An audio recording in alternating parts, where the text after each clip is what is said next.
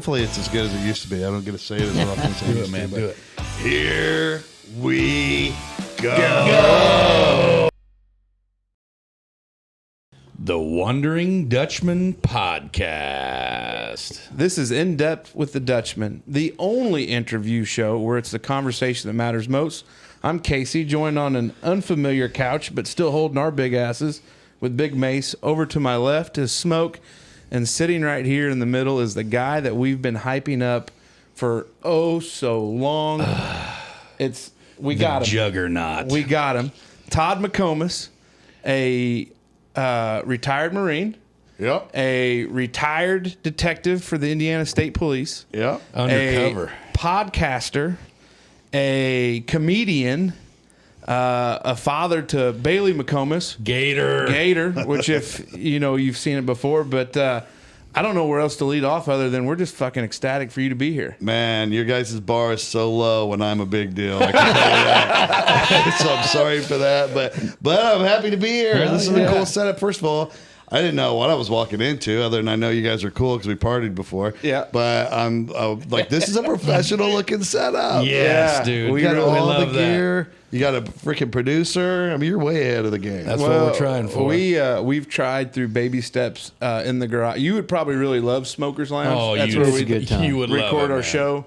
It gets a little rowdy down there. Hell yeah. I'm for it. Yeah. This is the first one we've done outside of a barn. Yeah, Yeah. it's true. This is the most professional setting We are we've been actually in an undisclosed location in Indianapolis, Indiana, and was kind of sketchy vibes. We were rolling in, asking for extra furniture and whatnot. But and all the recording stuff, and these guys are like, "Hey, we're not here to film porn." And yeah, it's like we're not shooting gay. We're not shooting gay porn or anything like that, man. Just let people know that. it is. So we're super excited to have you here. You've got a lot of irons in the fire. Yeah. I guess kind of catch us up on what some of the latest stuff you have going on right now. Everything right now is full true crime. Yeah. I Yeah, am true crime all the time. I didn't think, I always liked doing it.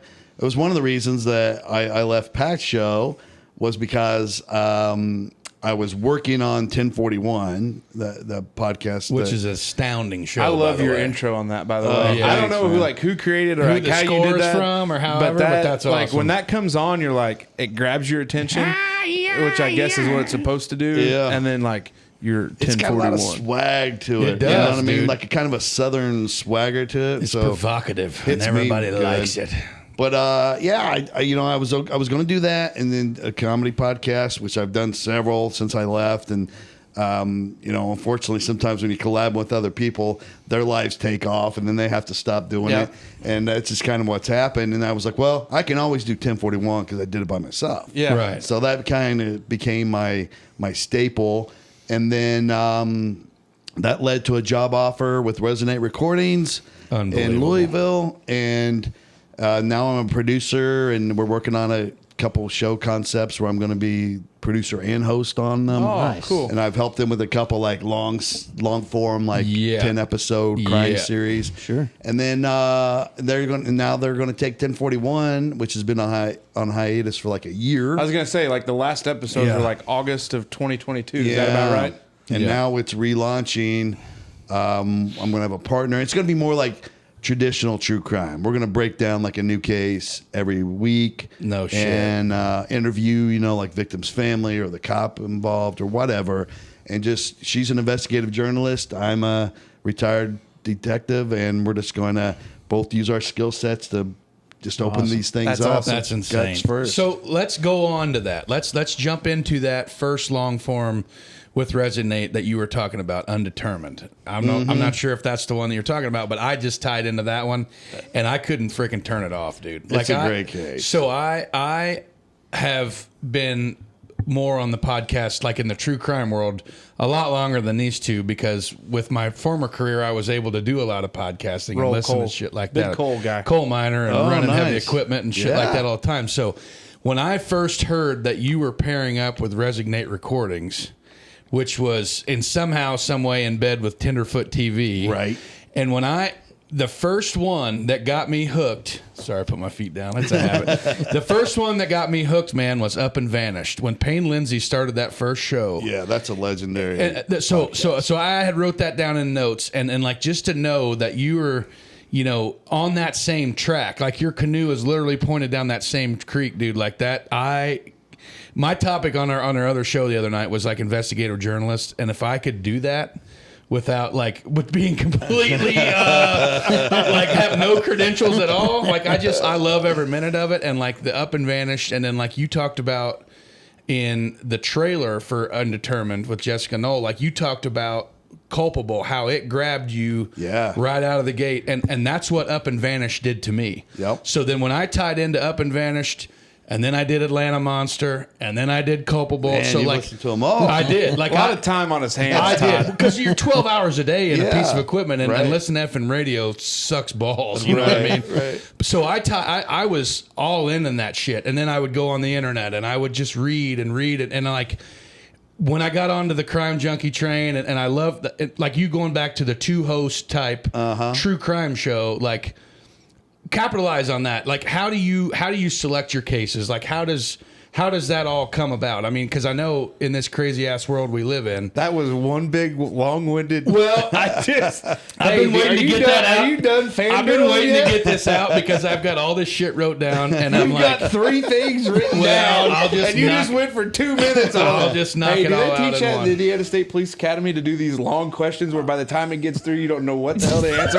Yeah. Because you I just think did he- that. I And think then he you're just answered like, it for fuck you. it, I did it. yeah, All right, you got me. you got me. So No, yeah, that's exactly. I mean, what I learned quickly was all these cases sound great, but access, like interior access to the case, is what makes a difference. Yeah. Right? So you can Google all the shit you want, but do you want to be one of these podcasts that just Googles and repeats shit that anybody else can look up on their own? Yeah. right. So luckily with Jessica Knoll, her and I being partners for the last year, like she has this.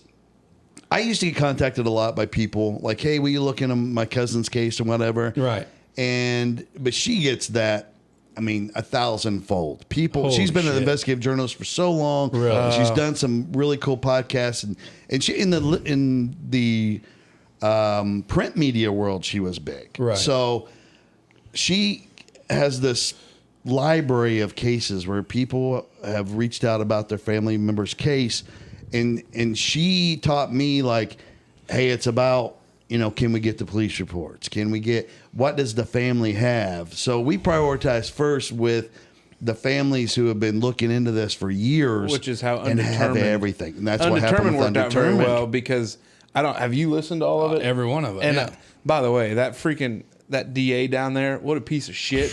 Because he did it all Big piece for of shit. he did it all for an election moment. Yeah, and it was then just, haven't heard. he was going for votes, going for publicity and press, man. But but to that point, like getting that kind of information. Obviously, we talked about you being a state, retired state trooper. That gives you some credence here. But on some of these national cases, you don't really have, Yeah. You call them and say, hey, this is retired detective Todd McComas, and they'll like be some of those audio recordings from the phone calls that you made to the DA's office, like you could just tell they didn't give a fuck. No. Like who cares? Like who That's are you one- again? That's one thing I like. Sometimes I get lucky and there's a kinship, like, and a detective will tell me more than they normally would. Right. But most of the time, it might as well be one of you calling. Like they don't give a fuck. Once you're out, you're out. Like, are you ain't a cop no more? So Yeah. fuck you. Yeah. And that's kind of how it goes. But where Jessica and I work well together is I can look at those police reports, and I can quickly like, oh, I see what went wrong. They didn't fucking do this, or they Yeah. waited too long to do that. Yeah. Nobody talked to this guy. What the fuck? Yeah. Yeah. Like things like that. And I think that's stuff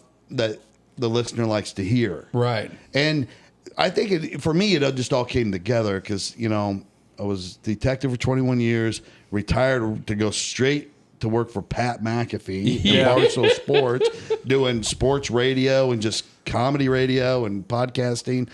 And I was already doing stand-up for like 7 years at that point.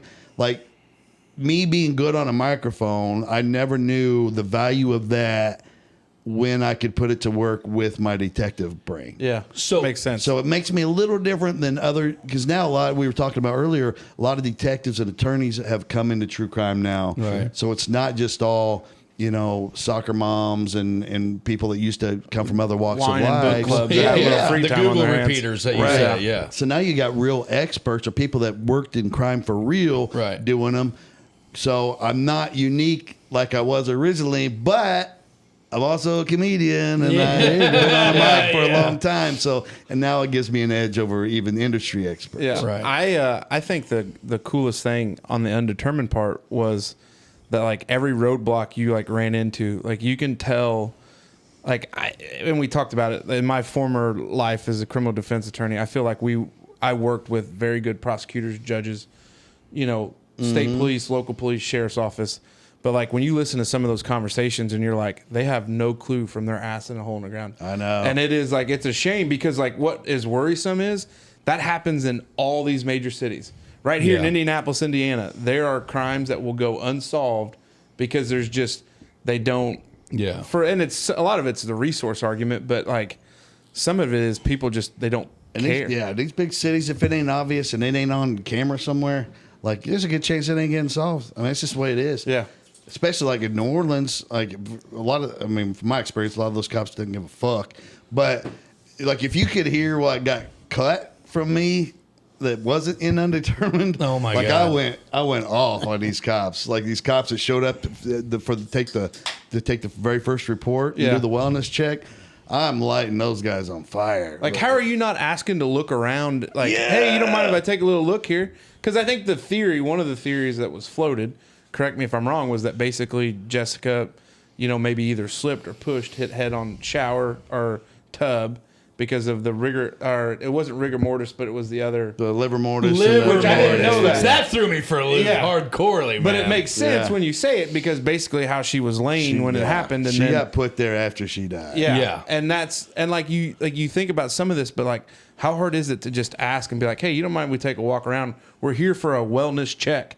How many times in your career has somebody said, hey, Todd, I'm going to be honest with you, everything's good here? Oh, really? Because that's why there's blood on your face. Right. There's a broken, it's just unreal. Well, when you look at that, right away the case is fucked up. When you find out immediately she was found 2.5 blocks from her house. Yep. Right. The police, if they just would have drove around and shined their light in the neighborhood, they would have fucking found her. Yeah. That night, so obviously they didn't do that. They said that they canvassed the neighborhood. We canvassed the neighborhood, 2 years after the fact, and all those neighbors were like, we didn't even know that this had happened until we started seeing flyers getting stapled up against light Which was poles. the family. That And was the all family was doing that. Yeah. And it was the family that found her body. All That's they did was go insane. walking around the neighborhood. And it's just, It's crazy. and I think you guys do a great balance of trying to be fair, but like all these like you could tell like the coroner's office was like, well, we got to rely on them to tell us more. And then the police side of it was like, well, they got to, the coroner's office, they got to tell us more to do this. And then the DA's office, like, we're going to be hard on this. We're going to be tough on crime.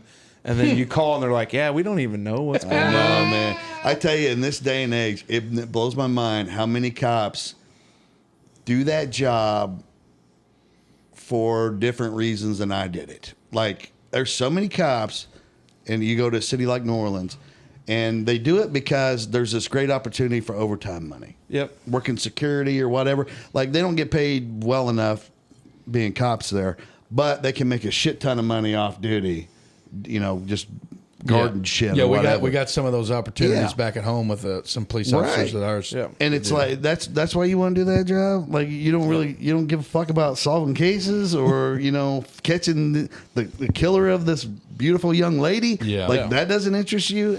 It blows my mind, and I Yeah. I get pretty pissed about it, which is why a lot of Couldn't tell. my stuff ended up on the cutting room floor. But I'm like, that motherfucker's been doing this job too long. He should have retired 20 years ago. And then you hear, I think the husband is like, well, how long you been on? He's like, 44 years. You're like, fuck, how are you still 44 years? Yeah. Get the fuck out of there. Retire.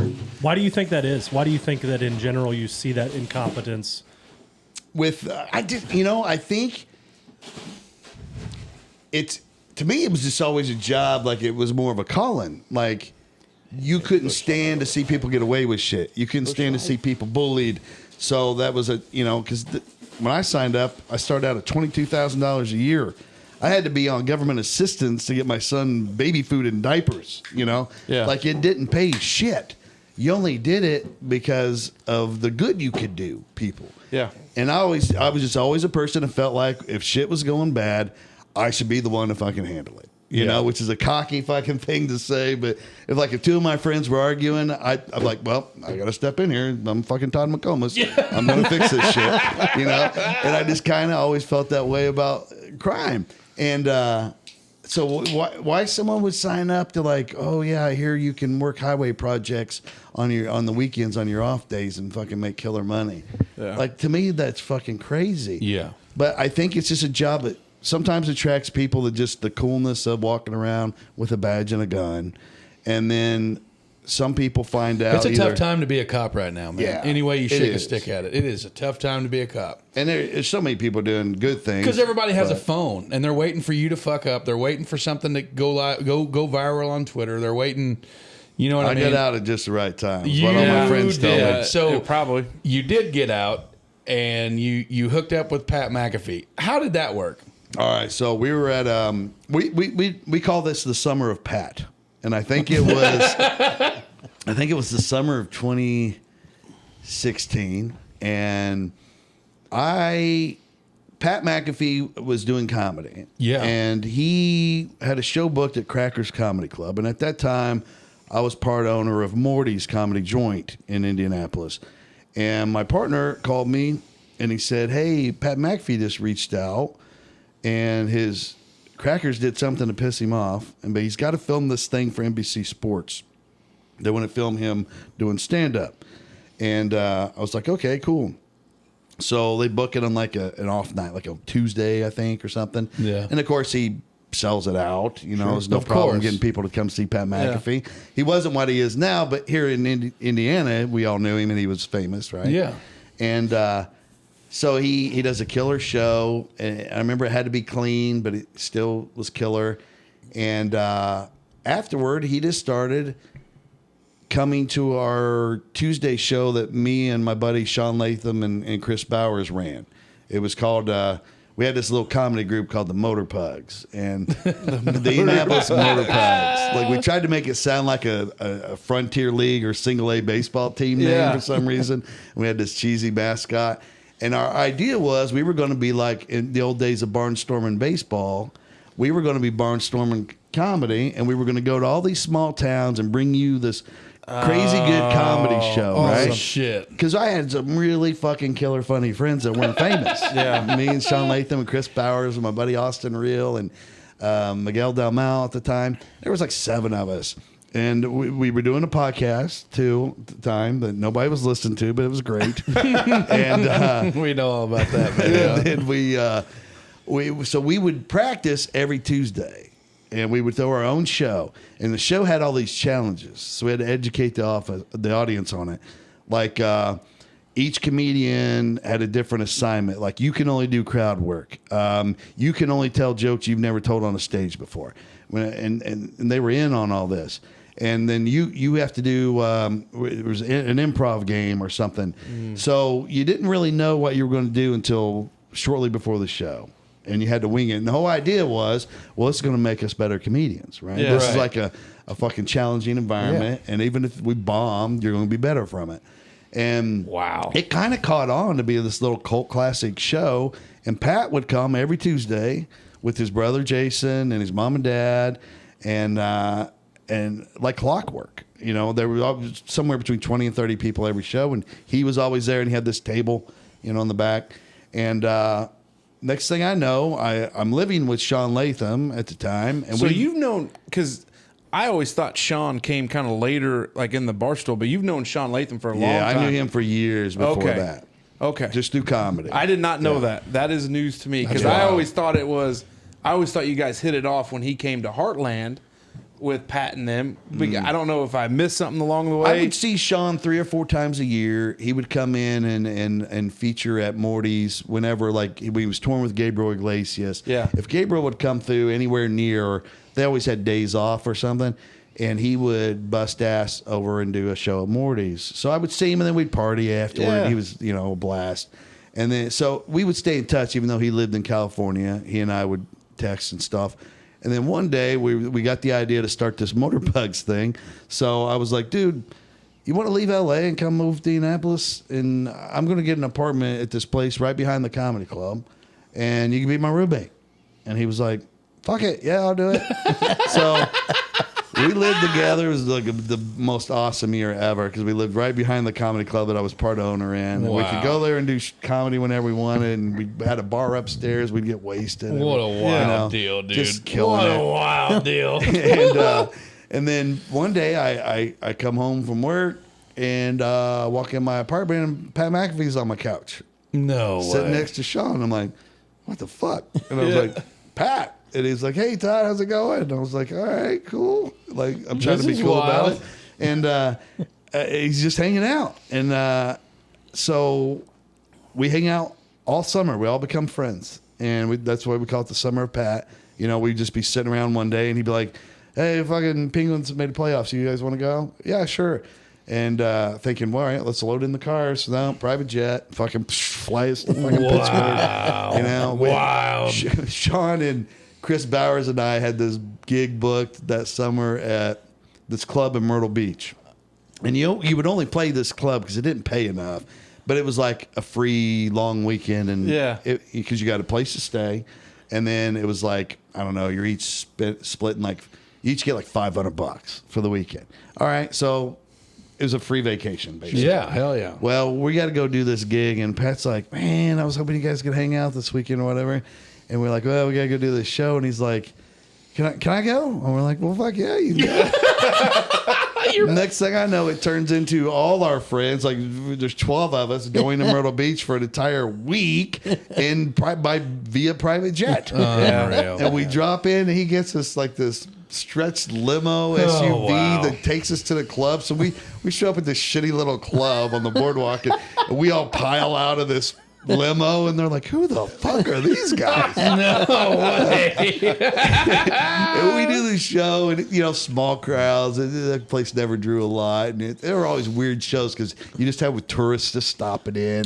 Just weird. And one night Pat was like, he was talking about he would like to do a guest set or something, and we're like, why don't you just fucking do the Saturday, bro? We'll open for you, and you just headline the late show Saturday or whatever. And he's like, you think? And we're like, yeah, put out a tweet. He puts out one tweet. And again, he wasn't the Pat McAfee he is now. Fame-wise. But even then, he put out a tweet. He was still the there were punter for the enough Indianapolis Colts fans Colts hanging out in Myrtle Beach that they packed the place out. Wow. Showed up, and it was this phenomenal show, and we all got wasted. And then there was this lady juggling fire. I don't know where he found her, but Pat books this lady to juggle fire on the patio after the show. Yes! And there's a magician, and he's like friends with the guy that owns the strip club. So we go to the strip club, and it was just nuts. That's what here we go. Spontaneity. The spontaneity. I butchered the shit out of that word the other night, but the spontaneity of that whole lifestyle is just mind-boggling. I guess if I could say that I have a personal goal, maybe one of these days. I mean, other than like strip clubs and limos and shit, but like just to be able to do that, like full time or it was crazy because he's just this good dude. He was single then, and just he just liked to have a good time. Yeah, and he, and I think he was really then curious about the comedy world, so he liked hanging out with comedians and all that. And we, by November and December of that year, he and I are at a Pacers game, and he's got like a suite. And then we go up, like we're getting food off the thing, and he goes, hey, let me talk to you for a second. I was like, yeah. And he goes, you've been talking about retiring to do comedy and all that. And I was like, yeah. And he said, well, I think I'm going to retire from the NFL and take this job with Barstool Sports. And I was like, really? And he said, yeah, we'd podcast and and we have a radio show on Sirius. And I would like you to retire and come help me like kick it off. I already talked to him. We wouldn't have to move to New York. We'd be able to stay in Indianapolis and be like our own affiliate. It would be a partnership. Wow. All this stuff. And it's like, fuck, let me think about it. Okay, yeah. Like, what is there to think about? Yes, Yeah, of course. let me run it by myself here real quick. We did it, and it was so much fun. We had these intern tryouts. We filmed the whole reality show that it never got shown of the intern challenge. Like there was, I don't know, 300, 400 people that applied to be interns, and we got it down to like 30 for the summer, and then out of that 30, we kept just that few that everybody knows now, Foxy and Ty Schmidt and Boston Connor and all those people. What a wild card. So what did you do for the challenge? What was the challenge? We put them through the ringer. It would have been a cool show. I hope Pat puts it out one day. But it was me and Pat and Diggs and Nick were like the panel, and every day we would create these challenges for them. Like, all right, you guys are a team. Boom, boom, boom. You four are a team. You're going to be the person on camera. You're the person who films. You're the editor. But go out in Indianapolis, and you got to film something that would be the best marketing, 2-minute film ever to get people to come hang out in Indianapolis. Wow. And they would go do it, and they would come back, and we'd watch it, and we'd shit on it or love it or whatever happened. That's fucking sucks. It was so much fun. And Pat, of course, hired like a top shelf crew to come in to film the thing. Yeah. It was great. Wow. So there's a lot there to unpack. So the comedy scene, we change gears, we jump from around, and we will the entire time. That's what we're good at. That's why it's the conversation that matters, Todd. That's right. You need a freshie? I mean, okay. There we go. All you got to do is just point at this guy. He's good Drinking Modelo. I'll take I'm a the fresh beer one. bitch. So the comedy club thing, I'm going to be honest. You were my first comedy show when you came to Du Bois County. On the floor is fine. Boom. Yeah, it's probably that can's the cleanest thing on We're the floor. paying the cleaning crew. It's no big deal.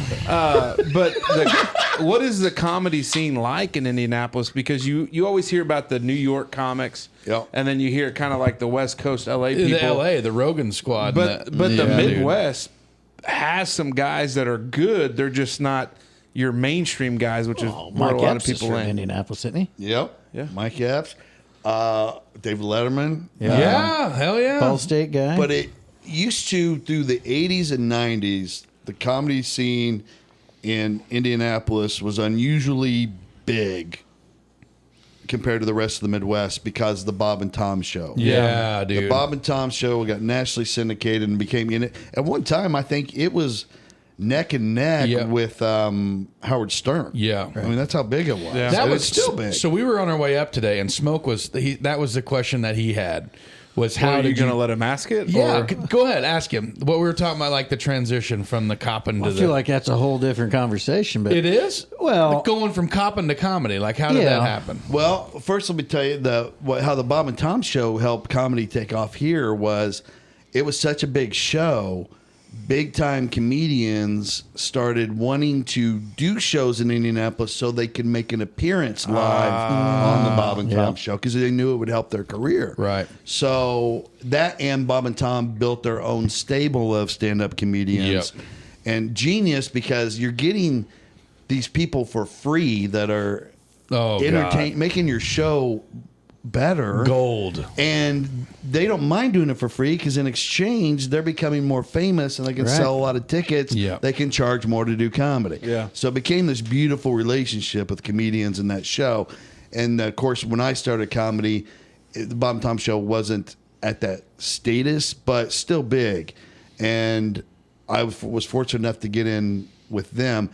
But we had 2 clubs in Indianapolis when I started. 3 clubs, I'm sorry. There was 2 Crackers locations and 1 Morty's Comedy Joint. So for a city this size to have 3 clubs, our scene was hopping. Like we had a lot of great comedians here, and it just became a thing. Once you got to a certain level, you left. You moved to Chicago, New Now, York, why or do LA. you call them clubs? I don't know. They're just called that. Comedy clubs. Comedy club. Yeah. I don't know. Just like We had one nightclubs, in I guess. Evansville. Evansville had one, the Funny Bone. Yeah, I remember that. Did you do one there ever? No, I think it closed before I got big enough to be paid to do comedy. Right. So the only one downtown now is Helium, right? Yep. We're down to one club. Well, I think Crackers is still hanging on barely by a thread, but pretty much it's just Helium Comedy Club. Now, what happens, I guess, I don't know, some of it could have been COVID related, but like how do some of these clubs, like, to me, I think a comedy club is such a unique environment. It's not a theater show. It's a smaller deal. Mm-hmm. But it's like, how do some of these places like take off, and how do they, they make it? Because like, to me, I wouldn't think of coming up to Indy to go to a comedy club. Right. I've never been. I think when I saw Kreischer up here, he was in the Egyptian Room, and then you were at the Astra, which is a theater set out. But like the old school comedy clubs, are there still surviving, new ones coming, or is it kind of a dying breed? The mom and pop ones are dying.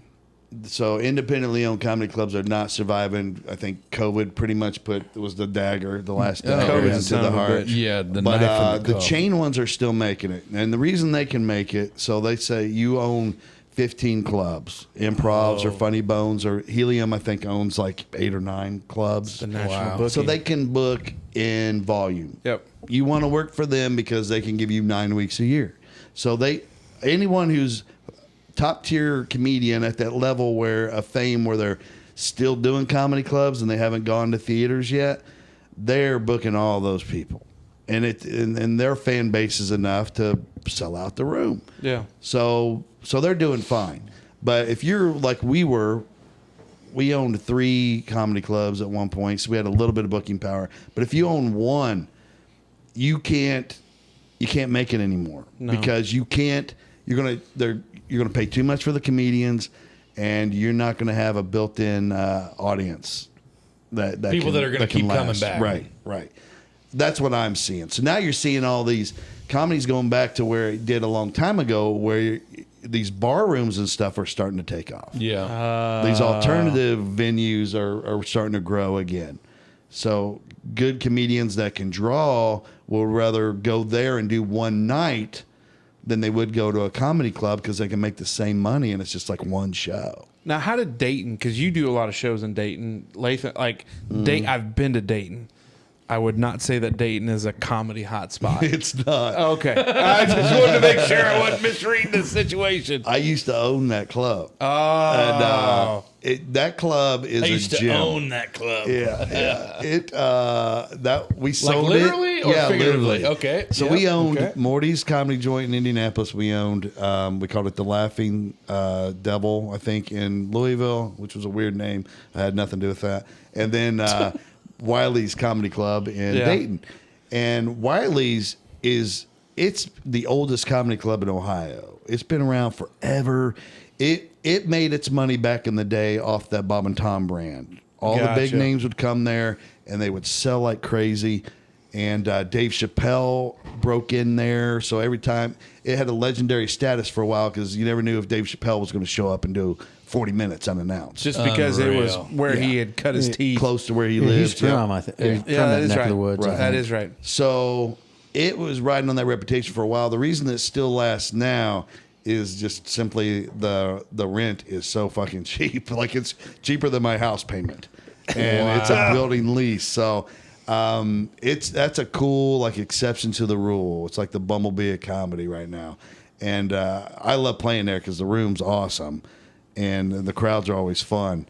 But yeah, other than that, I mean, you might get shot going to have a beer afterwards. Yeah, that's a tough spot.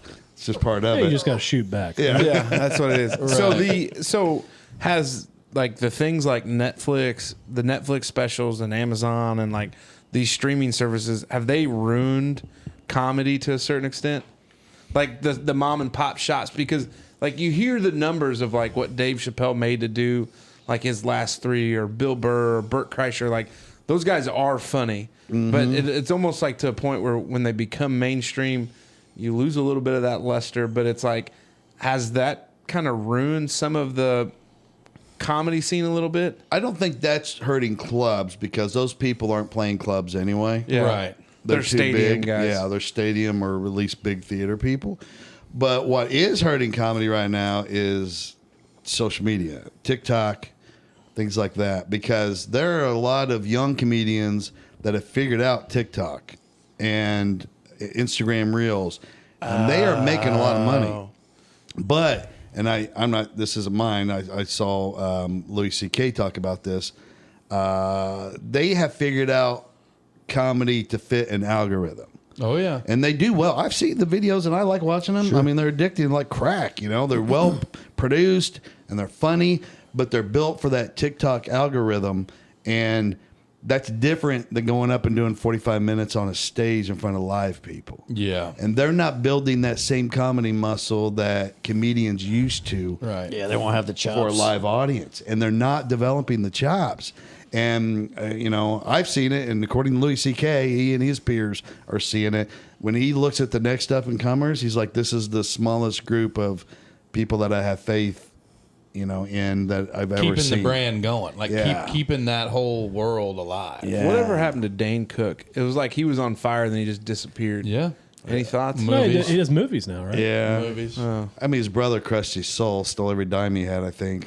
Millions and millions and millions of dollars. How does that happen? So I think he gave him full power of attorney, from what I understand, to be like a manager of his. And he stole all his nothing money. Fights bit is like people, my life. Comedians crack on Dane Cook, but I think he's a monster. He's so funny. Oh, fuck. And he's I like so his relatable. movies. Oh, and I think he's coming back. Yeah. I mean, I'm sure he does fine, you know. Yeah, I'm sure he's doing better. Yeah, he's probably doing all right. But I know he took a break there for a while, but his brother crushed his soul and stole like $100 million from him. That's a tough spot. Tough spot. Thanks, bro. So kind of, you know, it's like, I don't want to be funny right now. I want to That makes fucking kill people, you know. That makes Thanksgiving awkward. Yeah. There's that cocksucker stole $100 million. Oh, But I never. There's a lot of stuff I can't figure out in comedy. You know, when I worked for Pat, I was on borrowed fame, which is a thing I discovered, where you're famous as long as you're there, and famous. I know not famous, but famous enough. Like I could go around and sell out an improv, you know, in St. Louis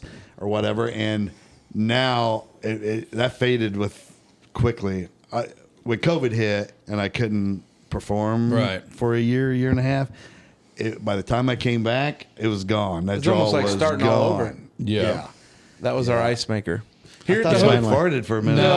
Here at the hotel, I went to go get ice down some beers, and I was like, "Hey, I didn't see an ice maker on the floor," and they were like, yeah, because you have one in your room. You got one in your room, but let me go get you some." So he hands me 2 bowls of ice. Like it looked like a shaved ice, like you could have put a little cherry flavoring on top there. blood. And then of course you walk in here and you're like, "There's 6 ice cubes." So we're off the hot start, but we're doing great. So you get out of comedy a little bit because like in Undetermined you say like true crime's where I'm at, and you know how do you?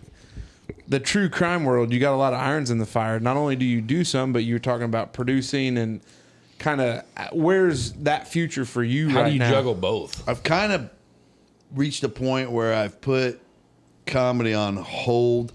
I still every now and then, like I have a show on next week in Fort Wayne. And I got one tonight at a sex club. I was telling you guys about. That is hilarious. By the way, when you sent me that, like I've been doing all the communication, I've been like kind of filling these guys in of our conversation. He wouldn't let us communicate with That's you. bullshit because I already had the relationship built. I got Uncle Todd on lockdown, son bitches. Take your freaking. He's my guy. Do you want us to leave the room? No, he did say his back was hurt. Yeah, I already said that. But when you said that, like I immediately called Casey and I'm like, because you hadn't said that it was at a sex club. All you said was I've actually got a comedy show, and I'm like, holy shit, dude! Because we were like with a 5 o'clock interview. We were gonna go play Top Golf before, and they were like, we'll go drink some beer somewhere for sure. Well, that's fine. But what happened was when I told him, he's like, oh my god, dude. We gotta go see because we haven't seen you perform. And maybe you can get. I don't know if outside people are allowed. Just tell them we're your like bodyguards. That's why we're big guys. Well, if my wife finds out that I go to some kind of swingers but you know club, how great of a story. My wife thought.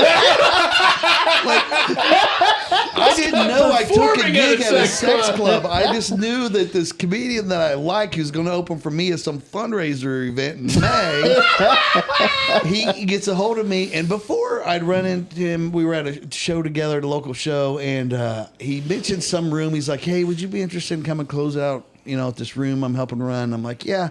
And I thought this was the room that he was booking me Right. for. And, I'm like, oh, that'd be great because I haven't been performing. I'll knock off a little rest for next week. Exactly. Just do a little Big- local show, big couple warm-up. $100, whatever.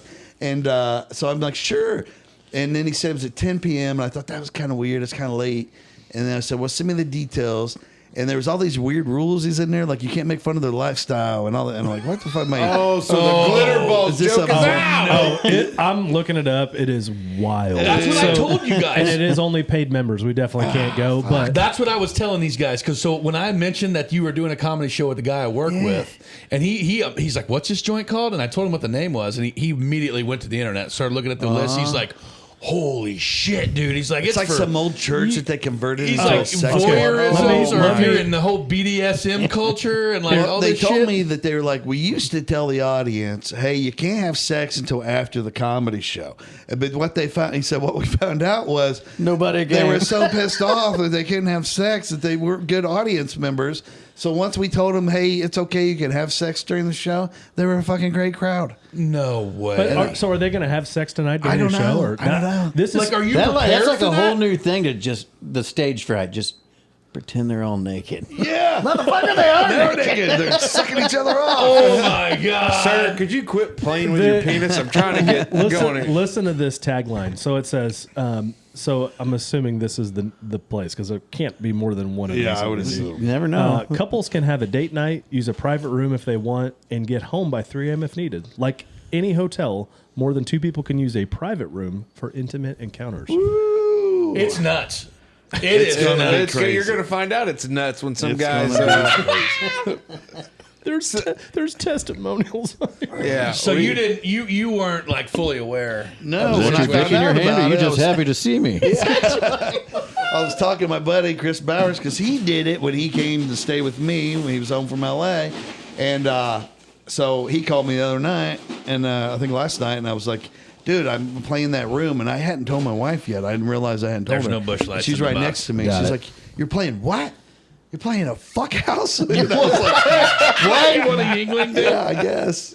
So There's house. fucking showers in here. I know, man. That's I dipped my Hey, toes in maybe that you bucket need us earlier. to go along to be your security. I'll see if I can Hey, get you your in. wife would probably be okay with us. Like, just call her up and say, "Hey, just got done doing this interview. These guys will go and make sure and that I come out unscathed." She'd be all for it. Probably. I'll check with the place. Do you guys think the floor is sticky in there? I hope so. I hope so. God. I mean, at Hey, this your point, crowd work's gonna be great, My sir. You gotta favorite- get it from a better angle. Better angle. It smells like Lysol in here. Jesus Christ. There was a gentleman's club in Wheatland, Indiana that was pretty sticky floor. The Now, that Satin was my Lady. favorite place to go to. We called it was called It the was Satin right Lady, but we next to called the it church. the Fat and Lazy. Well, it was there before the church. Yeah, it was there. They built the church after that, but it was one of those joints where the girls came up to you and asked him if you wanted to tip them. yeah. We showed up there one night on a Wednesday because we heard there's like a one-legged stripper when I was going to school at VU. Come to find out there was no one-legged stripper. There was a stripper with a broken leg for a while. She had no thigh. You were a VU But the guy, legend weren't you? grew. Yeah, I went to VU for That's 2 what I years. thought. Oh, nice. I went there for 4 years. So 2-year program. Liked it a lot. So, like, to give our audience a little bit, so you're from Indiana, but you spent some time in Texas, right? Yeah.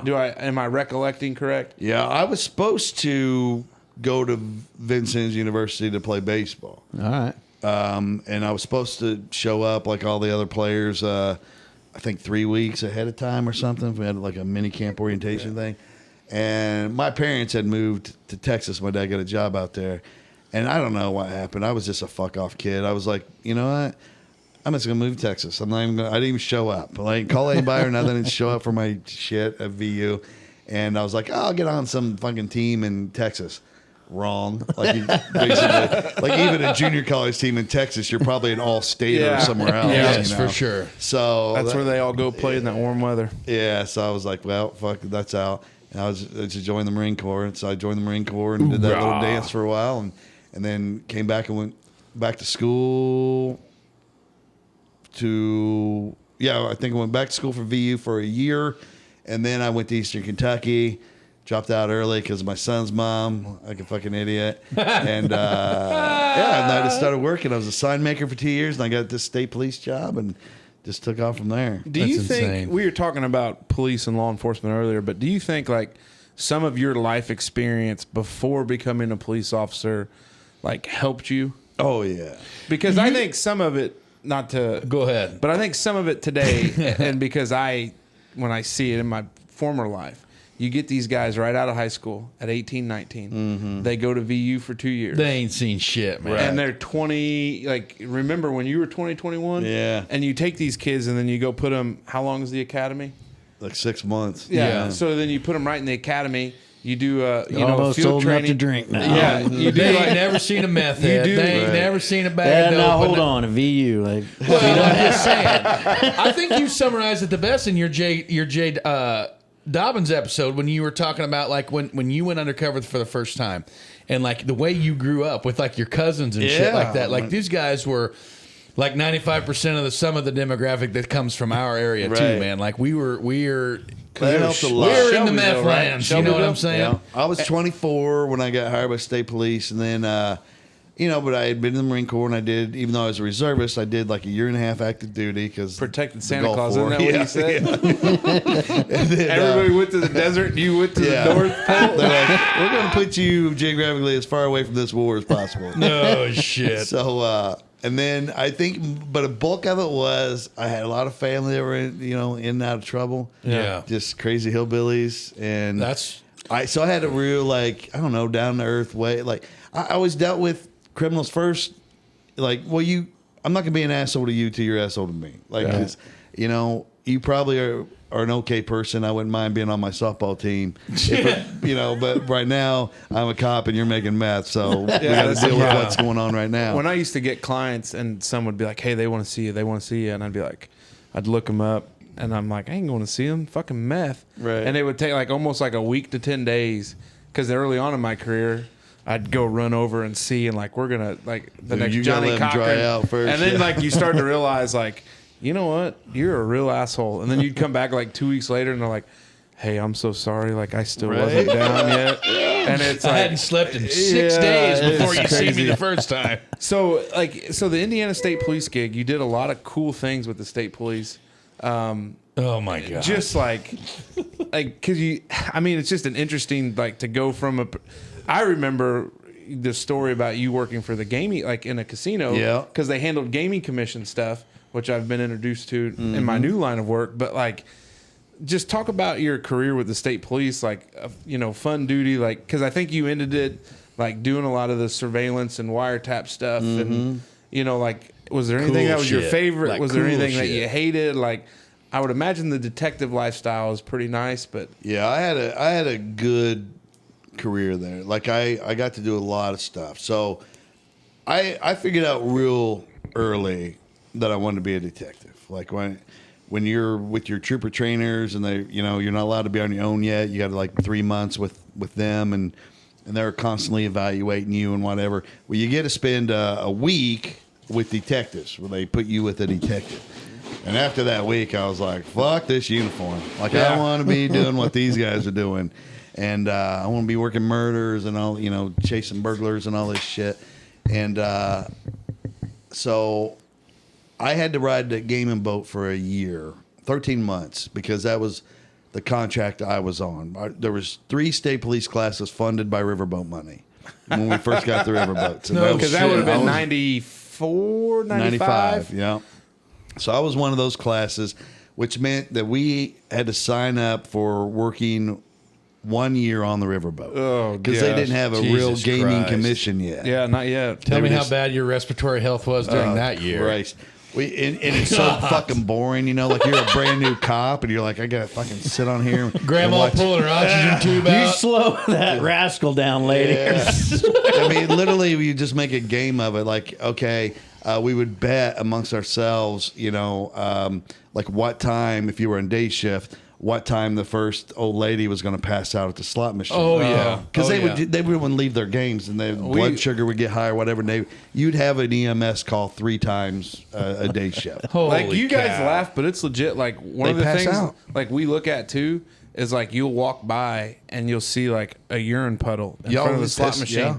and they're like, I can't leave just it. seen a TikTok of that the other day. Piss Like and a shit person themselves. literally, it was a girl. She was playing slots and she was probably on one. If they think and that literally machine's gonna someone's hit, video like pissing her pants, they like will just not pissing. leave that It's machine. legit. It's legitimate. Yeah, and those old blue hairs and just their eyes will roll back in their head and fall off a damn stool. And then you'd be like, oh, it's 1 o'clock. Yeah. Arlo's looking at us like we're all fucking crazy. No, Could I'm just sitting here thinking like, trying to piss your pants playing a slot machine? good Lord. It's crazy, dude. It's crazy. Like I had 3 different times of action. I had break up a big fight. I got in a huge fight with these 2 big ass monsters from Brooklyn and the one guy's dad. Oh God. And no security helping me, like just watching me get my ass kicked. And then I had a bank robber come through. Luckily, this cool guy that became my boss later, he was on the bank robbery task force with the FBI, even though he was state police. And he had sent this bulletin, hey, this guy robbed this bank. He hit one in Cincinnati. We think he might come through the riverboats. He likes to stop and wash his money afterward at a boat. Which one was that? Rising Star. I was at Lawrenceburg, the Argosy. Oh, you were at Lawrenceburg. Yeah. Used to be the That's Argosy. I what think it's Justine used to live right there by. I think it's so. Yeah, Hollywood Aurora. now. Yeah. Wasn't it in Aurora? What the Yeah, hell's kind it of called? between Aurora and Lawrenceburg. Yeah, Yeah. That's where And, my wife went to high school. I'm like, hey, security, go check all the parking lots for this plate number. And sure enough, they found this Ford Taurus with this plate number, and they called me like it's in the parking lot. Ford Like, Taurus. This motherfucker's on the boat. So I take his picture. We're running through everywhere. Can't find him. And then I'm like, he must have just got off the boat. You know, watch that car. Sure enough, security sees him pull off. So I'm like, I'm leaving the boat. You stay here. There was another agent there. So I jump in. I go chasing. And I'm like, which way do I go? Left on US 50 or right? Like, fuck it. Let's go left. And then I'm calling off. So they get a town marshal in Milan, Indiana, which is, if you watch Hoosiers, the high school team that won the state that year. And this town marshal stops him. Time I get there, he's got him already handcuffed. And he had a fucking bunch of the bank money and shit in there. Wow. So that was a cool thing. And then another time I got in a fight with this boxer who was the fucking trading partner. Gold glove winner of the world. Dude, this guy they said he was smoking dope up on the ledge. Or the balcony part of the boat, like outside. Right. And when I get up there, I see him do coke, and he's got this bag of coke or whatever. And the dude is about 4'9". He is short as fuck. Every time. Bald dude, right? And so I walk real high pitch and not be able to take it. So I'm like, hey, dude, get your hands up. And I get a couple of security guys behind me, and he just looks at me. And I'm like, oh, fuck, he's going to throw that dope over into the river. So I run at him real quick, and he throws the dope over in the river.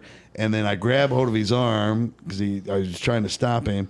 And then he fucking shucks my arm off, and he throws this left, like, whoo, and just nicks my nose. Oh, luckily. my I don't know how, but I literally, I was like, oh, this motherfucker, I'm not touching this motherfucker. Like, that was you just real. about got knocked Like, into next month. I was like, I could tell. Like, that was for fucking professional, and I'm not stepping any And closer. he's coked out of his car. Yeah. I've been here for 9 hours and my feet. So I pulled, My feet hurt. so I pulled my gun out, and I go, I will fucking shoot you if you try to hit me again. And he was like, all right. So he gets on the ground, he gives up. And then we sitting in our little security office. He starts telling this crazy story about, you know who, and I forget the girl's name. He says this girl's name, and I'm like, I don't know who you're talking about. And he goes, she's a famous boxer, man. She opens every Mike Tyson pay-per-view fight. She's the girl that fights before him. And then I was like, oh, yeah, I know what you're talking about, but whatever. You know, you're a scumbag. You're in Lawrenceburg, Indiana. You don't know these people. Right.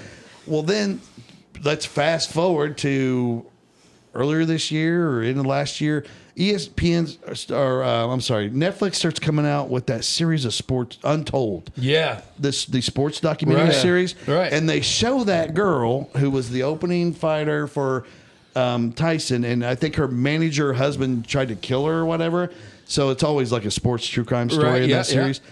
And then that little fucker that's on the is on there talking about how he was her sparring partner. Oh, my God. I'm like, that's the dude that almost took my head off. Oh, Hey, wow. you're talking about 4'9", but I want to say I was listening to your podcast, and it was the Giant Killer. Oh yeah, And that little dude. I love history. I'm a huge, like, these guys, like, I geek on history. I love it. Nerds out. Never freaking heard of this guy. And your conversation with that gentleman, just like on the podcast, was just on 1041. Yeah, You've got yeah, so yeah. many. There's I a lot should of great specify. interviews on there. I've been lucky.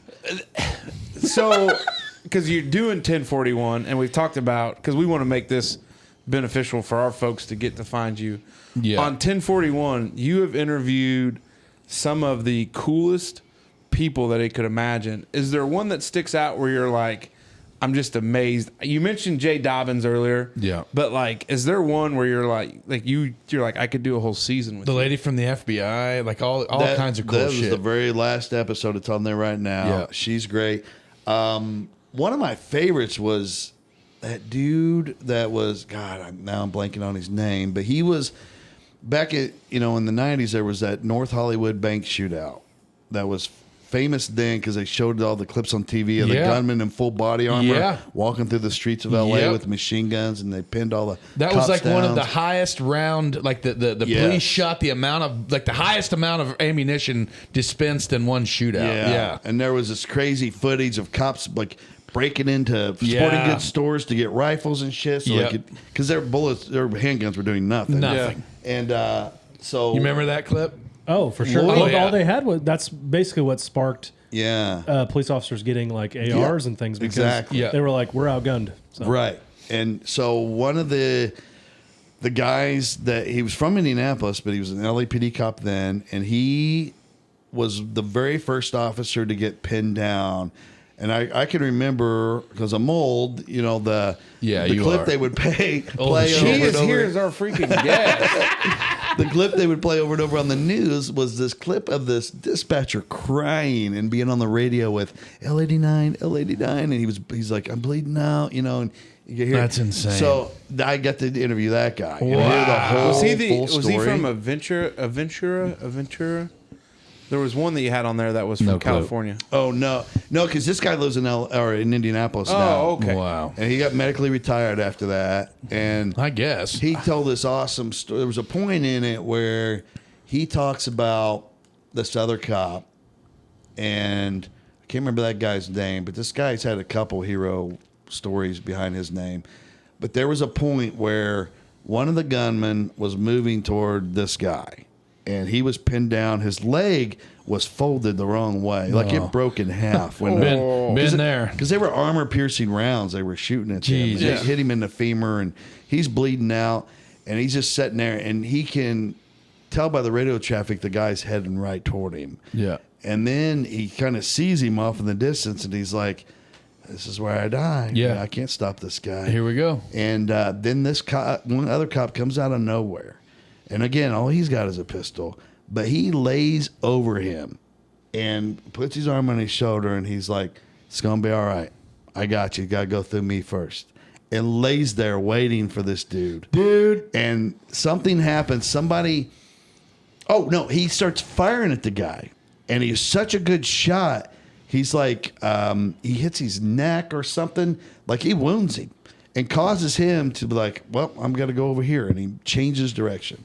And if it weren't for that guy, he would have walked right up on him and killed him. Toast. But this dude was willing to like, fuck it. I'll die with you. Yeah, man. He could have hid. Yeah. Nobody would have known, but Yeah. he came out of safety to lay on top of him. Yeah. Just stories like that. I'm like, man, you can't find that shit. So staying on 1041, how do you I got two main questions. I guess the first season was the Burger Chef murders. Mm-hmm. And your friend Detective Stoney. Stony Man. And Stoney Man. is he still alive? Yeah, yeah. Is he? Awesome. Yeah. But like talking about like a case that like nobody's probably heard about until like I didn't know until I get to it. Right. And the only thing that kept coming to mind was how hard police work would have been back then. You don't have the surveillance. You don't have the DNA. You don't have a lot of the technology in regards Snapchat, to video, tracking like Twitter. everything that you've got now. Yeah. But like this case, obviously to the victims' families and those that remember, like getting justice on something like this, like how you end the show with the grand jury episode, which people call out other theories. I don't know how there would be any other theories. Based I don't on, either, but which is why, like, I'm not into the true crime comment section like yeah, you. yeah, You yeah. could probably talk about it. But like, do you feel like I'm one in. day there'll be closure in regards to that case, and then just comment on how much, like, as you're looking through this file, because you know you would have been looking at it probably early, like late '90s, early 2000s. I was probably, gosh, it was probably, I was on 2.5 years. I got detective.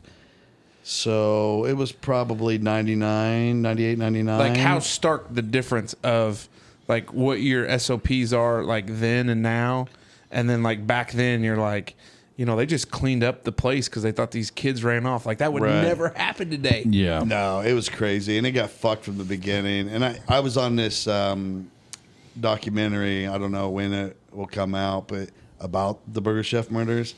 And that's one of the things I said was like, they were like, what do you think, where do you think things went wrong? And I was basically just like, fucking 1978, man. That's what went wrong. Right. Like, Yeah. police work wasn't what it was. Right, dude. Yeah. You know, you don't have all the advantages you do now. And there were some mistakes made, and you can't fucking undo them.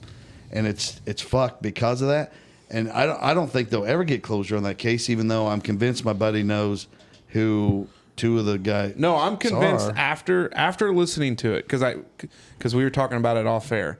Like, my former criminal defense mind says it's all circumstantial, it's all bullshit. Mm-hmm. You don't have any of that hard evidence. You don't have the murder weapon. You don't have any ballistics from that murder weapon. He's more into this. You don't have the knife, like the handle on the knife. Mm-hmm. And you know, realistically, like, it's just one of those deals. Like, you're It never sucks. going to be able to try that case unless somebody says, like, on their deathbed, like, this Yep. is what happened. That's the only way, because, you know, the biggest thing that swayed me toward that theory is the one guy's attorney came forward and basically said, my client and this other guy did it, but of course you can't use that. It's Which, and you know, like, when you, so I was shopping and I was listening to that, and I was like, I can't imagine being at that point in my career that I do one of the biggest no-nos yes. ever. Because could you, like, because I was sitting there and I You're was putting like, your career on the line, Yeah. basically. Yeah. just like automatic disbarment. Like, Yeah. they teach you that in like ethics when you In take that it. school. Lower school. Like, Lower school. where they tell you, like, your client can tell you whatever. There's a couple exceptions, like if there's going to be an imminent, like, Yeah. threat, or like there's some of that stuff, or If I'm furtherance of a planning to crime. kill somebody or whatever, then you got there's some outs there, but it's like, holy shit! Like, as a defense attorney to go and, like, I tell these guys, like, I do have secrets. I'm a secret keeper. Like, it's what I do for a living. Mm-hmm. But like, it's amazing that, like, a defense attorney and that close relationship, Yeah. like, unreal. It's just. So you know that guy was telling the truth. Yeah. There's no reason for him to make that He up. wouldn't risk all of it. So that's definitely the two guys. And for the cop that has it now who doesn't believe in this theory, I'm like, I don't know fucking what detective school you went to. Wait, but, he doesn't believe. you know, no, he's pursuing a different theory, and he won't even say what it is. And it pisses me off because I know the guy really well. I helped break him in. But anyway, I don't think there's going to be any resolution because of that. In You this can't get over case, those two hurdles. unless some doctor diagnoses me with a terminal illness in some time in the near future, then this case will probably get resolved in one way, because I'll probably make sure those guys go out before I do. Yeah. Hell yeah. Well, and it's like, when you listen to it, and I want our, the Wanderers to check it out, because it's great. All Your kinds of good storytelling is great. Yep. And No, thanks, and man. it's, and your like the comedian training you've done with your law enforcement training, you've got the sharp wit with the eye for that stuff. But it's like, it's one of those deals where, like, when you listen to it, you're like, this happened in, like, our backyard, central Indiana. We're more southern Indiana. Like, some people think Indiana ends at Bloomington. Right. It But it doesn't. don't. Like, there's a Right. whole other part of the state, but Yeah. it's like, it just makes you That's wonder. where God's country is, further down that way. Well, and you lay it out too. You lay out, like, in the grand jury part, and there's an expression amongst attorneys. You could indict a ham sandwich with a grand jury, and that's why I've never taken grand juries to be much, but like, if you like look at everything, you're like, this is the only way that it all makes sense. It's the only way. And- for anybody else to say anything about any other theory, it just blows my mind. But they do all the time. And what's interesting about Indiana is so I've been taking screenwriting courses for a long time now, and me and my buddy are working on this movie where we're going to use the Indiana State Police as the police department. And here's what I loved about working in Indiana. Like when I was in our drug unit, because we were all spread out throughout the whole state, there was like 30 of us.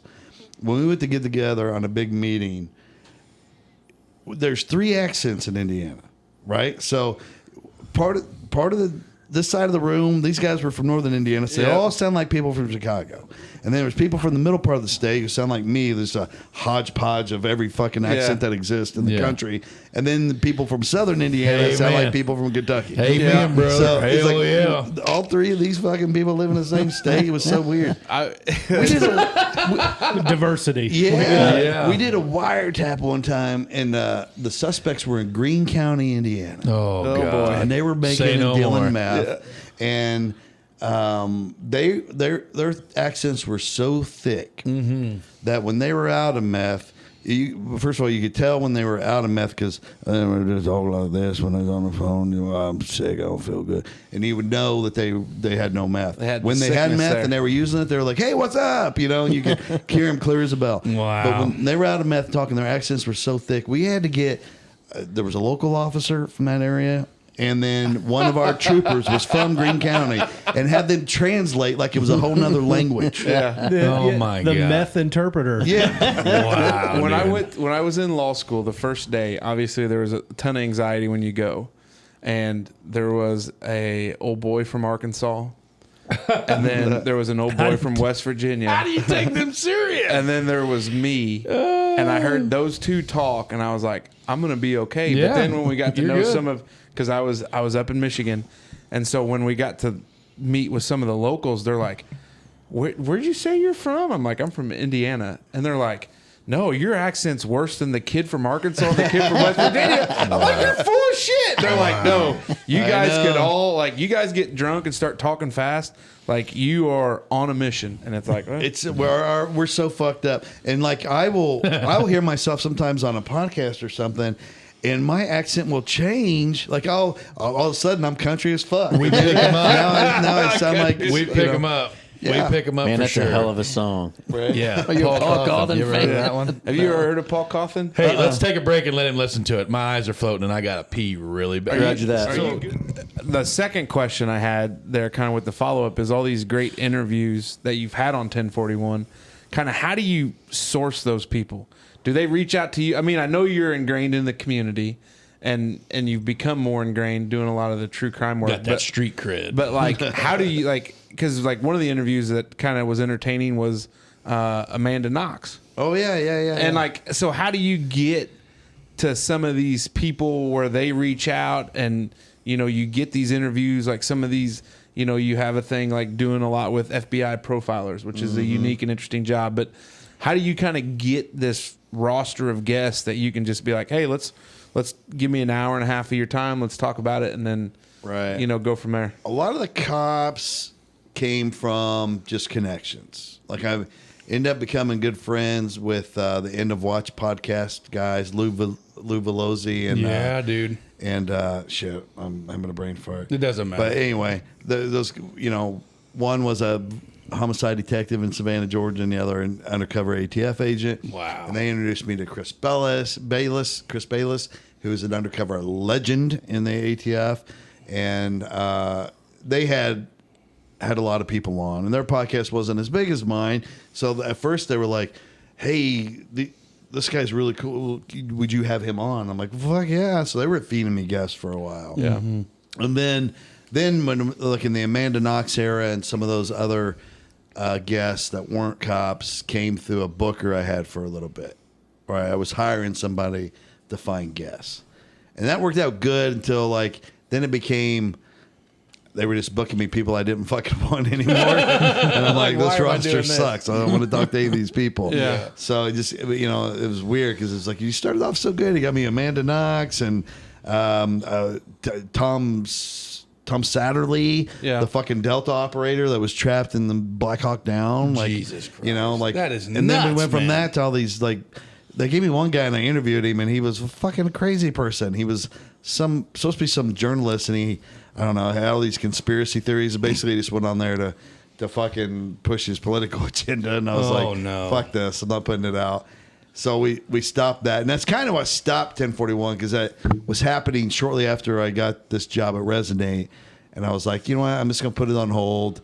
I don't have, I don't pour all this money into this booker anymore. So, and we just waited. What's a if you don't mind me asking, like a booker, like what's a booker like run? Because I've heard it. Because I've heard it, not a bookie. Booker. Yeah, booker. Yeah, but like I've heard Pat talk about like he doesn't like using bookers because they bring people you don't like. Hey, if I reach out to you text and you don't want to come on the show, then fine. Right. Just not going to. But like those services exist, and like I've learned a little bit about the agency game through my work, how you deal with some of these people, and they bring up these acts where you're like, I've never heard of this guy, and they're like, oh, it's a great show. Like, yeah, maybe for Branson, Missouri, but what we're trying to do. Right. How do you know they're not selling you a false bill of goods? Like, how do you know that they're we not had a selling you great something? booker for Heartland Radio for a while, and she was awesome. And she would just like, tell me what you're looking for.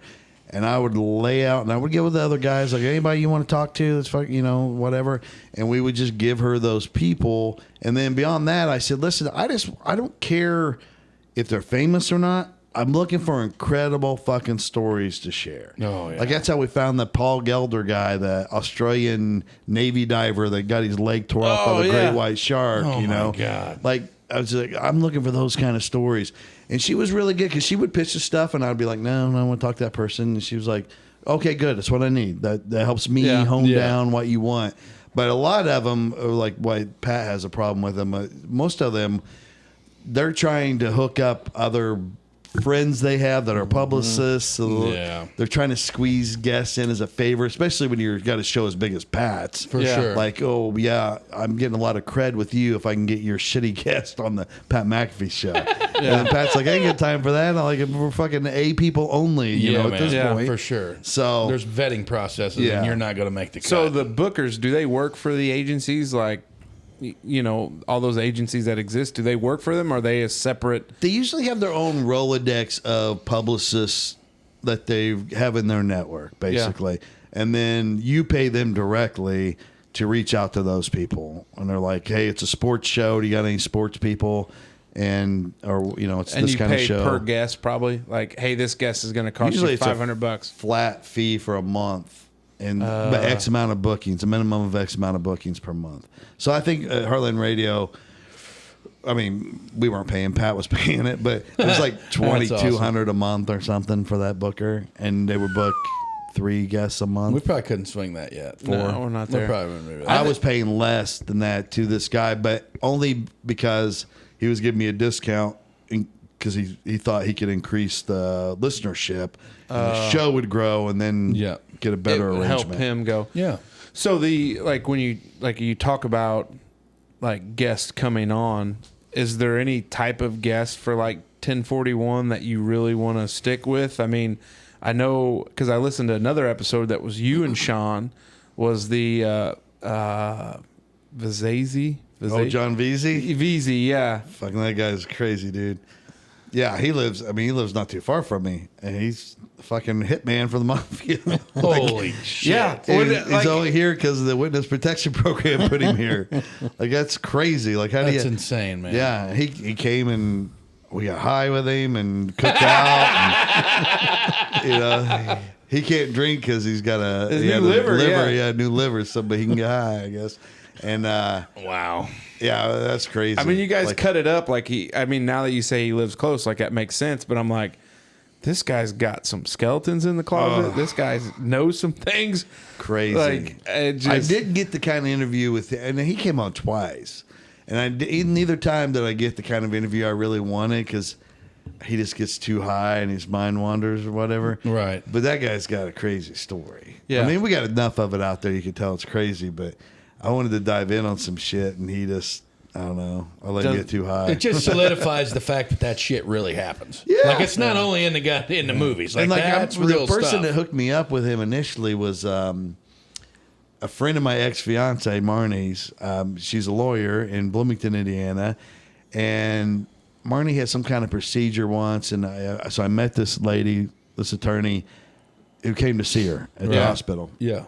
And so we just kind of stay friends and message on Facebook or whatever. And she hit me up one day and she's like, hey, you want to interview my friend Vito? She called him. So I think that's the name the government gave him. But she's like, you want to talk to my guy Vito? He's a friend of mine. He's, he was in the mafia and he did these hits and he got here through a witness. And I was like, this is whatever. This is not true. Yeah. I feel like you wouldn't tell people about it. Yeah. So I'm like, Vito, I can't find it. And she goes, well, look up John Veazey. That's his real name. I look up John Veazey. I'm like, holy shit. That's story. I was like, you really know this guy? And he's like, yeah. So she hooks me up with him and Moses Yard down the street. He's like, yeah, but I only do it in person, so I'm gonna have to come to your house. I'm like, that's cool. Oh God. He shows up As long as you don't have somebody with you. Because obviously witness protection's not doing a very good job of keeping that. We have some people around home. Like I work for the street department, so I'm in the public all the time, and like seeing people in town and like how they're, you know what I mean? Like you just like the crazy lady up on this street, or like we get calls. We got to do these things. We got to see these people, and they're always bitching about the same things. So we go after it and go do it and whatever. And there's like these older guys. We've got a couple older guys on the street department that have been there for like 30 some years. And they're like, yeah, that son of a bitch up there, like he's got to be here for some reason. Right. Because like this is the smallest town in the world. And this dude is like NASA smart. And I guarantee you that he had some shit go down because he used to be a cop in Louisville, or he used to do this like back during the race riots in Louisville and like this whole thing. And they're like, there is no way that dude is just a random guy from Huntingburg. Right. Like he has got to be here in some sort of witness protection type shit, because it's just nutty how you don't, you talk about that, like this guy. Yeah. A friend of a friend, you get hooked up with an interview and then like you get down to you go down the rabbit hole, as we always call it. And it's like, holy shit, dude. Like, you have seen some shit, man. Yeah, it's so crazy. Sometimes, I'm just like, God. My buddy was what put this in perspective. So my buddy Nick, he lives in L.A. He's a comedian and a writer. And he was home one day, or he came back to Indiana.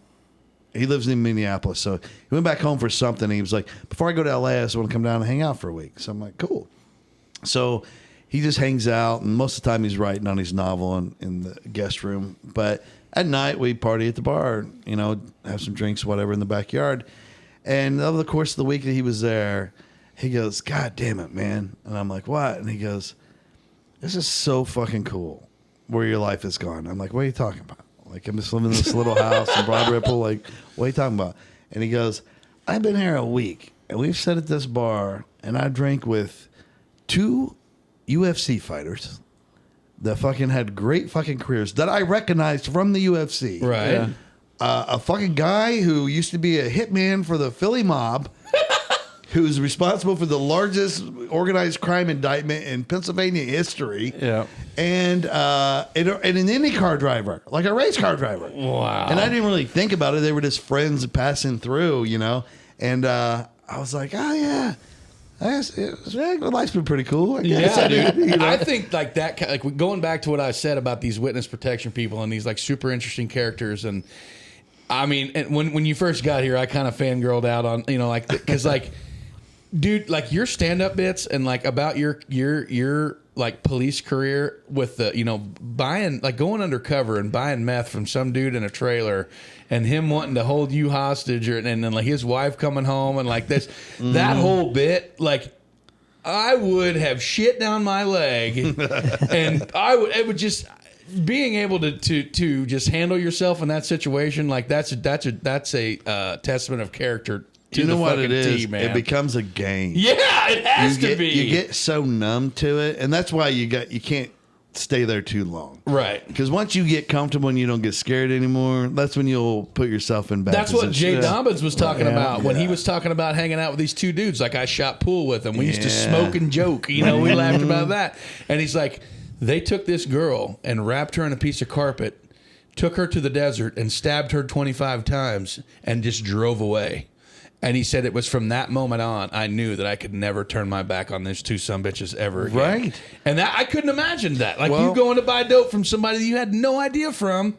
And I didn't do the long-term infiltration. For like sure, but you never know, man. But I still can't believe you can talk about that. I feel like it became a game, like literally a competition with your other friends who were also undercover. First of all, in our undercover unit, when I first got there, I think there was 28 or 30 of us, but only a handful of people did undercover. The rest of them just used informants and managed cases. And so there was a handful of us that would actually go be undercover. So we would run all over the state for these other guys to if they needed the actual like hand-to-hand buy. And so it became a point where it was like, who's going to have the biggest fucking story? So that's how the thing with the Chase dude, like when he was like, dude, you can come fucking hold my family hostage. I was like, fuck, I won. I'm fucking, I've won best story for the next fucking month. And I'm like, I'm going to hand this up because it's all recorded. Oh, yeah. I'm like, it's all on wiretap. It's all on Bug, and everybody's got everything. I'm going to get my fucking funny lines in, and all that stuff. So that's how all those stories happen. It just, I mean, it's a crazy world and crazy shit happens. Because she ended up trying to seduce you. And yeah. That is the best part, man.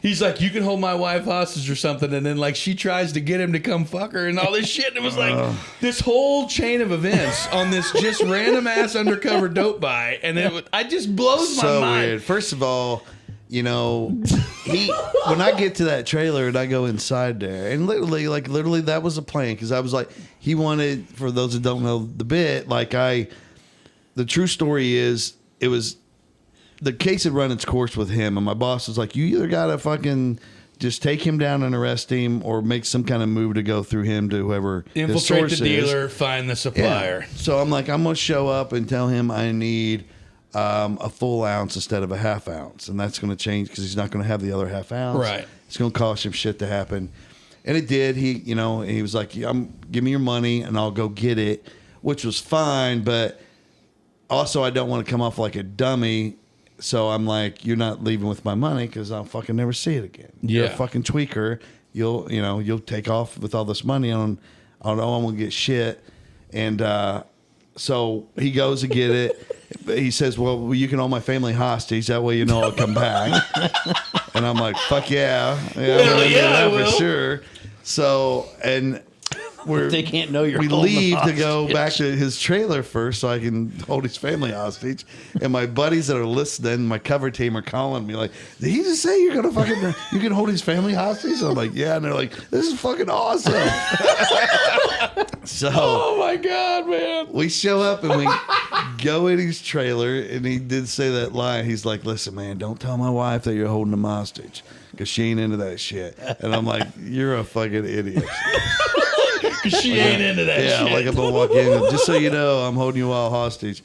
So he goes to run and gets my shit, and I'm just sitting there with her, and she is smoking ass hot, which is what's weird. Like, a couple things about this character bothered me, and one of them was, how do you have such a smoking ass fucking hot wife? And when he left, she was all about it. Like, you're gonna, and I've narrowed it down in a certain way for the story on stage, but she was just no bones about it. She's like, you want to fuck right here on this couch? Like, oh my God, and I'm like, no. So forward. No. But mostly it's because people are listening, so no. And it would be really embarrassing for it to be 3 pumps and Oh, there goes all your cred. Man, I wish I could have performed longer. And when he came back, there was so much to that day, because it just fell a fucking apart. The whole thing, he was starting to unravel. It was the visit after that, so he kept getting arrested. Every time I turn around, he'd get fucking arrested. And then he would tell the cops, hey, I'm working with this detective for the state police. And they would call me, and I'd have to go to the jail, be like, what in the fuck did you do? And get him out. And because there was this big case hinging on his testimony. And then it reached a point where I was like, all right, we're going through this guy. So I'm going to tell him that I'm a cop. And he's fucked, and he's gonna have to play ball and then get out of the way, or go to prison on these other charges I've been helping him out on. Right. So we're at a Walmart parking lot. We're supposed to go in there and buy batteries for somebody that's making meth. Oh my God! You strip the lithium batteries. Yeah, the lithium out of them. So we're in the parking lot, and I go to get my wallet, and I always would keep my wallet in this sunglasses holder in this truck Right. I was driving. Yeah. So I click it and it falls, and my fucking badge was in falls there, out. and my badge fell and landed right in his fucking lap. So he looks at me, and he looks down at the badge, and he looks at me, and down at the badge, and looks at me, and he goes, "I am fucked." And he starts to like bolt out of my truck, and I grab him like, yeah. I said, "Dude, you are fucked, but don't run out of here, or you're gonna get fucking shot." Like, Yeah. And then about then, all my boys come running in Oh because they my heard God, it. dude. He grabbed him up, but yeah, that guy was a fucking mess. That's just a wild game that like this. It's just a whole nother world that obviously I can't relate to, other than like watching it on TV and kicking it with cool motherfuckers like you. I know Lindeman's kind of got a little insight with it, but like, I'm sure that shit used to go down all the time where Smoke grew up and everything, and up there in Clay County. You know? We went from that to now I'm like, well, I got to deal with these Mexican dudes by myself. And they were running the smoke shop for their uncle, was just drug paraphernalia, basically. But you've seen them. So I have to just show up cold because now Chase is out, and I'm just like, the first dude shows up, and he's kind of the flunky of the group. And I just walk up, and I'm like, "Hey, man." And he's like, "Oh, hey, what's up?" Because he'd seen me in there with the other guy. And I said, "Hey, Chase is fucking out, dude. Like, he's fucking nuts. He keeps pinching off my dope. It's always light when I get it. Like, can I just deal straight with y'all?" And he's like, well, I don't know. And I go, "I will give you $100 every fucking ounce I buy. I'll buy full ounces from now on, and I'll give you $150 every time I buy." And he's like, "Okay, I'll make it happen."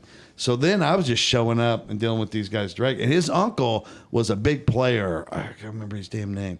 But the uncle was on the DEA radar. Oh, wow. So now the DEA Big came time. in, and they were participating. So I do my first deal with these fuckers without the informant. So I get to go. They had this little room off to the side in there, and I got to go this time. Always before I had to stay out in the shop area. Right. So I go in, and they got the dope in there, and there's a fucking TV as big as this fucking wall, and they got a game system set up on there, and it's just a cool fucking room, right? So I play a couple games, whatever, Call of Duty. Oh my God. And then I get my dope, and I pay him, and I leave, and when I get with my cover team, we show up. Everybody parked their cars at this old movie theater and doubled up. So half the guys left their undercover cars in that parking lot.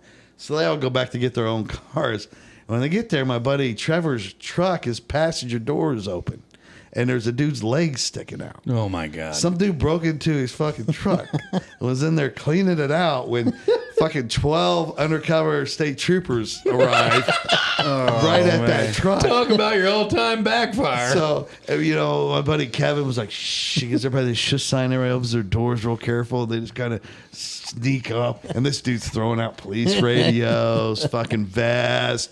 And then, he's got extra guns in there, too. Of course, yeah. So they wait for a second, and then all of a sudden, Trevor's like, "Go."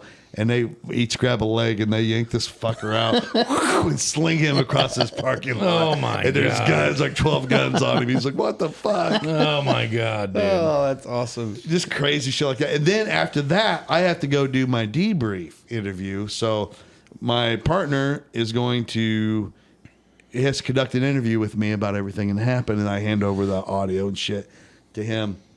And we're doing that, and I'm like, "Oh, motherfucker, I don't have my wallet." And he's like, "What?" And I had an undercover wallet.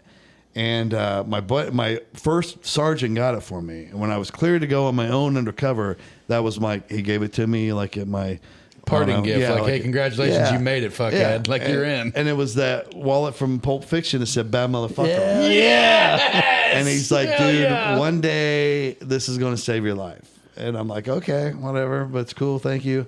And that's the wallet I left in there. But I'd gone to the doctor earlier that day, and I remember I pulled my state police Anthem Blue Cross Blue Shield medical card. Oh shit. And put it in that wallet, so I go to the doctor. And I was like, "Dude, if that fucking wallet, if I left," because I pulled my buy money out of it. Yeah. I was like, if I left that in that fucking room on that couch, Your and they cover's find blown, it, and it's man. got state police shield on my Blue Cross Blue Shield card, this case is fucking over. Yeah. So the DEA's there, and I'm like, I'm the biggest dumbass in the world all of a sudden. I'm like, sorry, I might have blown this fucking case. So we just were like, all right, well, Todd, you go back. We'll all be in the wait. And if you give us the bus sign, if it's gone to shit, we'll just come in and take it all down. I was like, all right. So I show up, and this dude, the two dudes that work the shop are fucking laughing their ass off. And they hand me that wallet, and they're like, dude, that's a Pulp Fiction wallet. And I was like, yeah. And they're like, where do you get that? Where do you get that wallet? It's the funniest shit I've ever seen. Oh, so my I'm like, God. you go on badmotherfuckerwallets.com. And he's like, really? And so we get on their computer. He was so fucking worried about getting himself one of those wallets. He never even fucking opened it. Oh, my God. Because there was nothing in So there. it comes full circle that wallet really It saved your my ass. fucking ass. Or at least it saved the case. That's awesome, dude. Yeah. Oh, that's wild. I mean, that's just That's how insane, crazy it was. man. So it's always like, who's going to have the best story this week? Do you still have the wallet? I have it somewhere. My mom and dad have a little safe, and it was always in there. You know what, though? I may have given it to Bailey. I need to ask him. Yeah. There was Gator. at one point. Give my him the son wallet Bailey. back, man. Gator doesn't watch our show. Well, if he might since he Pi- might since I got Uncle Uncle Todd's Todd's on. Yeah, but So who's writing somewhere. your book someday about your life? I'm taking all my stories now that I've been in the screenwriting course for so long, and I'm trying to better write start writing scripts. that shit down, I dude. take these stories and I try to develop into a script. So right now I got a TV series script we're working on, and a movie That's cool as shit, man. script. Oh, Yeah, That's cool It as is. shit. That is cool. It's when I first started practicing law, there was some old attorneys, and they're like, "Start writing day one. Yeah. These stories because you'll forget them."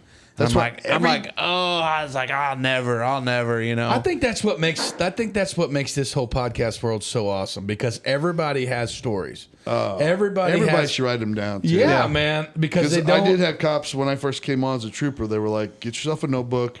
Every end of every shift, write down what happened that day, and you'll have the best book ever." By the end. Yeah, by and the I time didn't fucking listen. No and way, you get busy because like my Yeah. thing was like, well, I'll never forget. So like it was weird. Like when I was closing down my practice, like I was going through and getting rid Case of some of notes. the documents and the no, keep case notes because that's attorney-client privilege. Okay. But anything that was state like that you could get from the state, like yeah. police report or shredded all that stuff. And I was so scared to keep my own copies, but now, fuck that. I would have kept copies of all the cases I ever Yeah. worked, Right. and have them at home right now. yeah. And so like I'm going through and Building like that Rolodex. I'll recognize these names, and then like I'm like, oh shit, that's when this one happened, and this was the guy that was suing the federal government. Like this is the guy that I got a call from an Alaska number in the office, Right. And my assistant goes, hey, there's a Susie from Fairbanks, Alaska calling. She's with like Alaska podiatry, and I was like, okay. So I get on the phone, and she's like, oh, so and so's here. He's got you down as his point of contact for emergency, and he skipped out on the bill. It was an orthopedics place. He skipped out on the bill, and he had you down as the guarantor and all this other Jesus stuff. Christ. Oh, my And so God. what it was one of these crazy guys I had represented in a county in southern Indiana that he, like, I treated him right. I treated him with respect. Like, I was polite to him. Like, I listened to his ramblings. And, we got a good situation worked out. Basically, I was like, hey, you guys don't want him hanging around your community anymore. He doesn't want to be here anymore. Right. Let's just all walk away. He was living at Stone's Motel in Dale, Indiana. Yeah, dude. And so, like, I was That was like, a rough spot. he's ready to go. That was a rough Why are spot. we dicking around with this? And they're like, okay, if he will show up to his next court date, I will move to dismiss. So I told him, I was like, if you need a ride, I got you because I'm coming right through. He's like, no, I'll be there. So he shows up, states dismisses the case, and it's like 4 years later. And because I always wondered what happened to him because he did leave. Turns 'Cause out he went to was Fairbanks. said he was going back to Israel, and he was because he had two names. Oh, One of them was more of a Hebrew mix, and then the other one was like more Americanized. Ishmael. Okay. Very close. Yadis. And so, but then that's when these calls from Alaska started, and it turns out he had gotten up there somehow. He had gotten hurt, Wow. and he had used me as his point of contact for all this stuff. Jesus. And so my assistant was like listening, and she goes, "Wow, what is the story behind this guy?" And I go, "He freaking nuttier than a squirrel turd." but I was always polite and kind to him. And he wrote me, I mean, his file was like that thick of just book. letters. And like it was B misdemeanor stuff that I was dealing with. Yeah. And but that's what it was. And I, but it's wild how you have those crazy stories, but you're like, because I've talked to these guys about comedy God, before. Like I could go do, like, I had a guy got busted for marijuana and he's like, am I going to get my weed back? And I'm like, no, you're not going to get your weed back. It's illegal. Or the time a guy told me how to like do the one pot method for cooking methamphetamine. He gave me his he talked me all the way through it.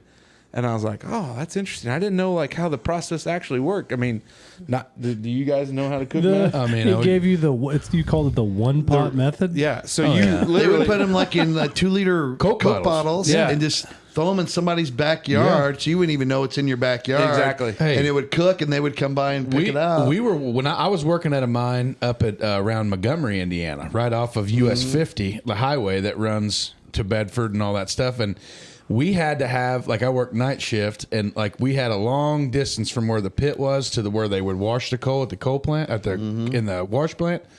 And we had to have, like, they had a specific safety meeting one time about, like, if you found coolers or any of that shit, like on the side of the haul road, because there was so many county roads like intersecting with this haul road. They're like, if you stop to piss or if you stop or whatever, if you break down or whatever, and you're sleepy and you need to stretch your legs or whatever, and you find a cooler, stay the fuck away from it, because it was so prominent at that time, man. They even found it at one of a local, like a county close to ours. They found it on the roof of their school. Yeah. A couple of people that were cooking dope on the school's freaking roof. Well, you know? and when you learn Yeah. about it, so like to your point, like you learn about it. So all the red phosphorus cooks in the early '90s, which you would have probably Which dealt that's with some of coming them, back now, they said. because they're all Oh, getting my- out of prison. Yeah. they're all getting. So these guys And the Sudafed No crack. way. So Yeah. it's legitimately. What are you so- talking about? Well, Meth? so back in the day, Like old school biker meth, like when the outlaw motorcycle groups and shit were making meth, and like it was called red pea meth. Yeah. They used red phosphorus instead of anhydrous that's ammonia. where all these houses would blow up, and this stuff was being missing from ag places. So you learned, like you could almost Like it was a more sophisticated operation. Kind of like Eisenberg type shit. Yeah. So what? And you could probably agree is you could track a guy to who he learned how to cook from because of the recipe, because they all do it different. Yeah. So these red phosphorus cooks, when they all got hammered in the mid to late 90s, all went and did 20, 25, 30 years, because in the state of Indiana back then, 2 for 1 for good time credit, they're all getting out of prison now. And so now you're seeing more red phosphorus cooks, where a lot of them went to the one pot method, Man. where you put all of it in there. Isn't it and- wild how the cycles change? Like Yeah, with that, it is. like it's But a lot of people don't cook anymore because you can No. buy it from Mexico with a hell of a lot less Right. Yeah. stress and But aggravation.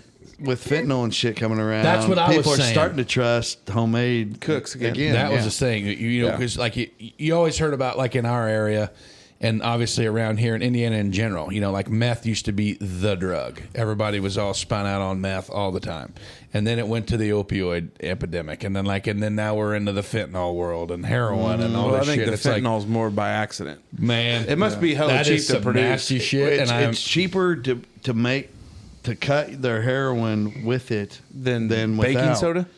And it's because it's also a drug that gives you the effects you desired. Yeah, that's but true. it's cheaper than fucking heroin, so they're taking fentanyl and mixing it in with the heroin no way, dude. because it lowers their I'm cost. so glad that you're out but of the it game. fucking kills people. That's what I mean, man. I'm so glad you're out of the game, and like your ship has sailed with that. Like with your, because like I'm a state certified first responder, and like when we went through a lot of our classes and like retrainings and stuff like that, they were talking about how that shit is so gnarly. Like for the EMS, like getting on your skin, you know, absorbing it through your pores, like.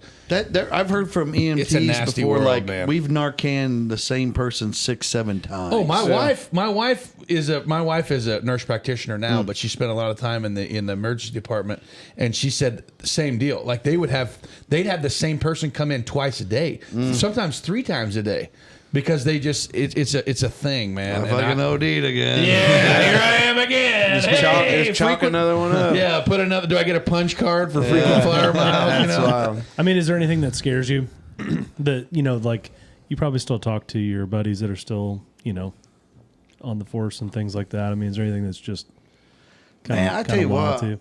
I mean, I was scared shitless a lot in my career. Like, Yeah, dude. That's kind of what fucks you up. Come to find out now that I gotten kind of educated about PTSD. And Yeah, stuff, man. Is you're not supposed to, as a human being, you're not supposed to be that fucking scared of That many much. times. right? Yeah. And over prolonged, period of time. So, like every time, when I ended my career, especially undercover, I said before, like when you're not scared anymore.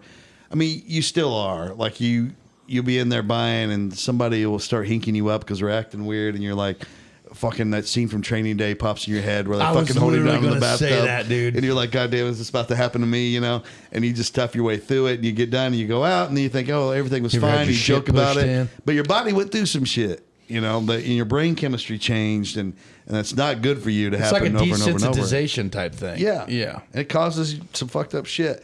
So, and I was a door kicker on the end of my career there. that's one of my favorite the stories. Fugitive Oh, I love Task it, Force. man. When you kick in the door, and you Like every time you kick in the door and run through it, you're fucking scared shitless. I don't Yeah. care if you're the baddest ass SWAT guy, whatever. Like, there could be literally, in your 50 head. guns When behind I that kick other that door, door. there could be a guy with a shotgun waiting on me. Just and kaboom. Well, it's and amazing. I'm gonna get hit. Because when you see like on news articles, like a random, U.S. Marshal gets killed, and it's like fugitive task force. These things They that get happen. These guys, because crazy when shit. when you put these criminals' backs against the wall, they are feral cats. They will do yeah. whatever. They will kill their own Survival mother mode, man. to save their own Survival skin. And they're all mode. like murderers and armed robbers on their third strike, so they know if you catch me and I go away, that's it. Yeah. So a lot of times you're gonna a gunfight or whatever, and because of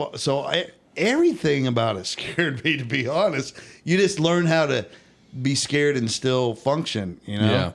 But then that's not healthy for you. Yeah. So a lot of shit that I've gone through since then, I've come to understand it's just my brain chemistry's been fucked. And you gotta learn to deal with it. So one thing is I can't fucking get blacked out on Jameson, or I'm gonna want to fight everybody. Is that where you broke your hand before Rough and Rowdy? Yeah, like it's part of being Irish, but also it's part of PTSD. Like, man. I got a demon in me that goes fucking crazy when he feels like he's not in control. Yeah. And when you're blacked out drunk, here it comes. Been there. Hope So- everybody's ready. Been there. And everyone talks about, obviously, like our armed servicemen that come back from war and things like that with PTSD. Mm-hmm. But do we talk about it enough from the police officer angle? It's a newer thing, and I'm trying to get myself in a position where I can help on that, like be part of some foundation or something. Right. I was talking to my buddies, the chief of Avon Police Department, and about it, and their department does a really good job of staying on their officers, and Right. they have to, I think, every so often see a therapist, Right. Yeah.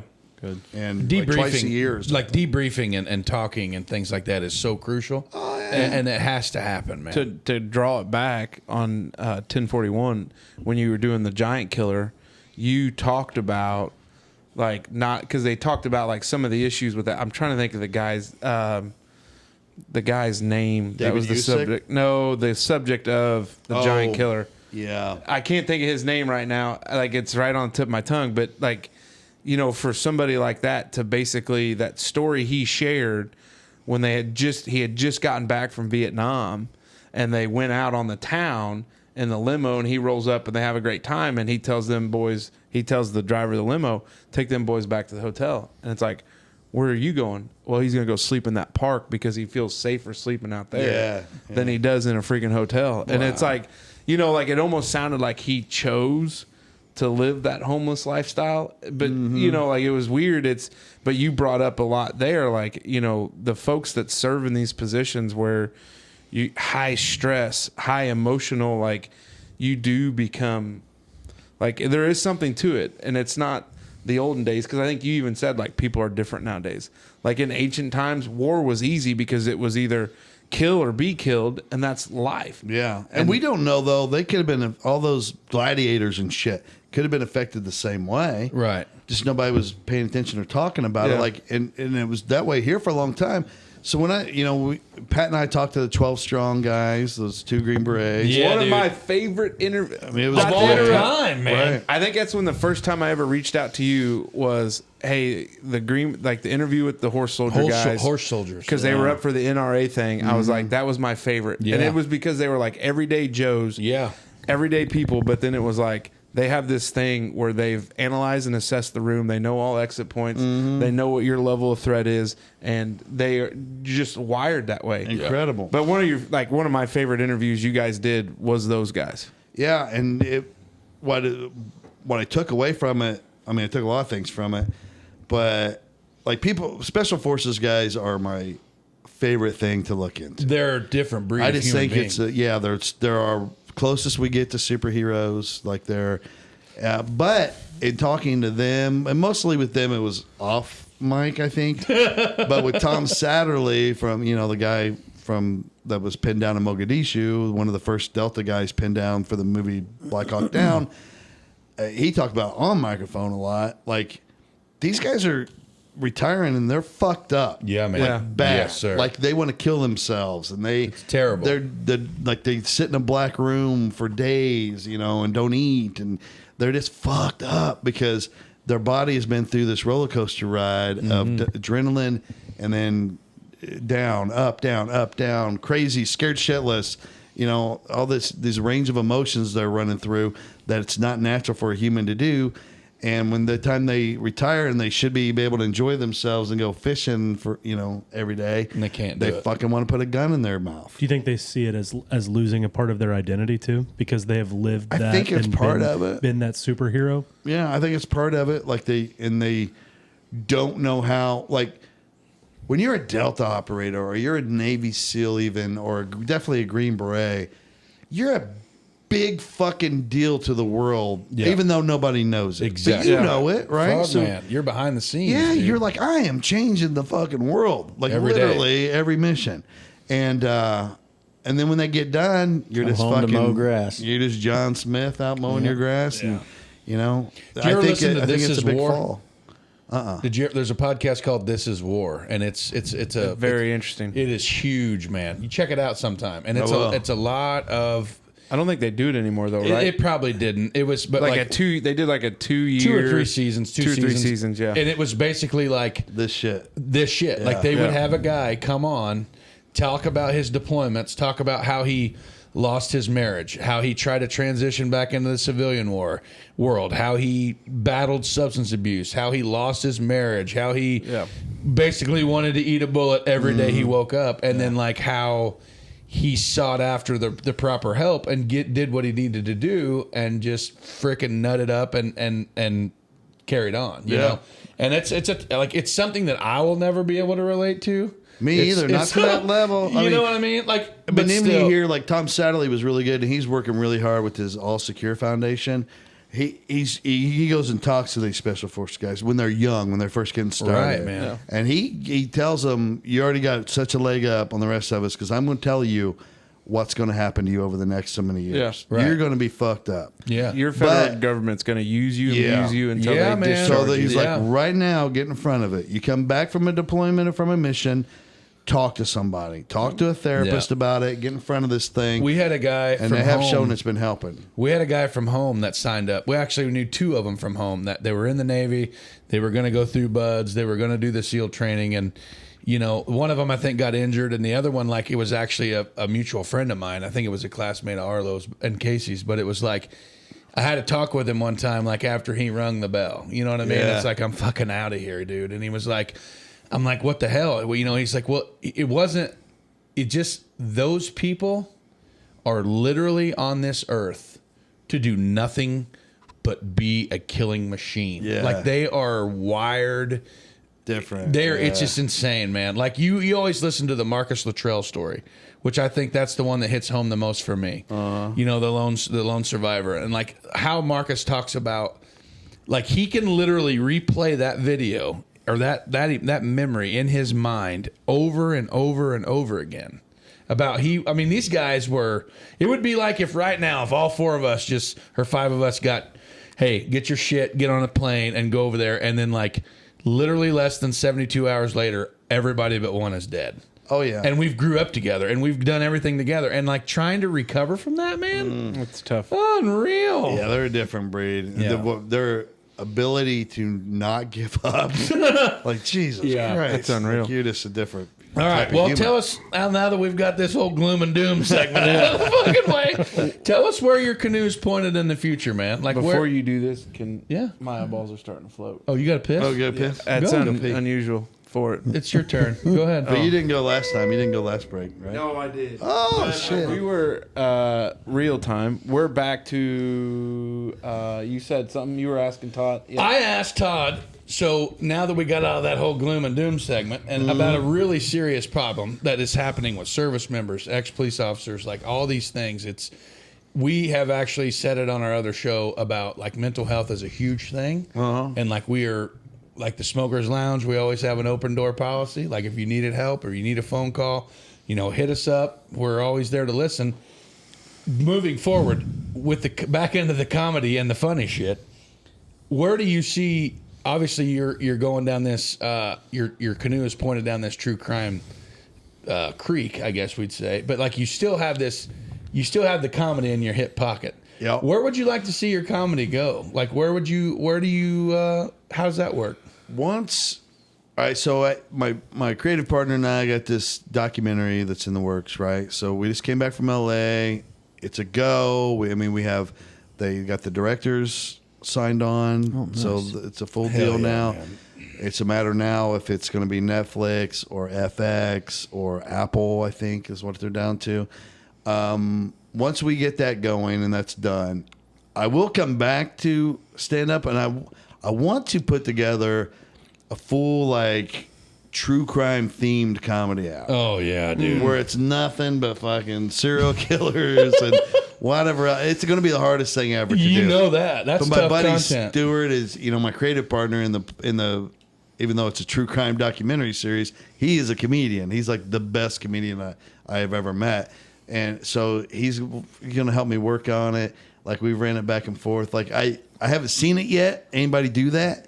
So I'm thinking, well, if I have a true crime audience by the time, if this documentary series hits like they think it will, there'll be, people will know me again from that world. So let me sell tickets to this show for true crime podcast fans. And then it's also a good comedy show, Yeah, right? dude. So that's my goal with comedy for after that documentary series is released. From then on, I will always podcast because that will be my baseline income. But I think I want to move into scripted stuff, like writing scripts, collaborating on scripts to sell. No shit. And try to come up with an idea that, likelihood of them ever getting sold is fucking slim. Like that's just Hollywood.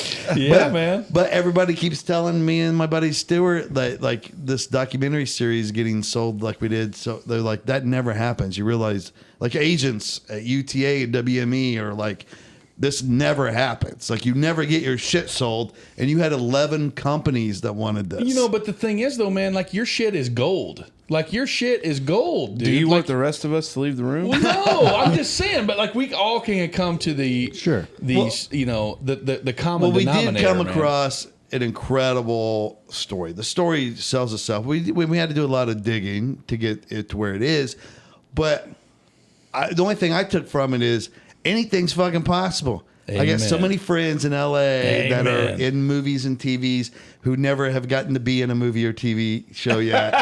That still waitressing, and they right? fucking hate me because I'm showing up in LA because I have a deal, and dude. and I'm just like, you know what? I just think if you're just a good old boy from fucking Indiana and you don't ever try to pretend you're something else, everything's gonna work out. Hell yeah, dude. That's how we treated all these time. Hollywood fucks. We're just like, hey, it's just us here in Indiana, man. Like, what's going on? And, Yeah, dude. And it played. Well, and I think the big thing, like to that point, like that scripted dream of you got to be in Hollywood for so long, waitressing, and somebody discovers you, or you go down to Nashville and you sing on Broadway and somebody's going to find you. With technology today and with the social media No today, way, man. it doesn't. I mean, we were talking about You don't comedians gotta- earlier. you can live It's not anywhere. anywhere, and it's Yeah. And I'm just like, just be different. You know what make me and Stuart different? We sat down, we ironed this out way ahead of time. Like, we're never going to change who we are. He's a good old boy from Kentucky. I'm a good old boy from Indiana, and that's all we're ever going to be.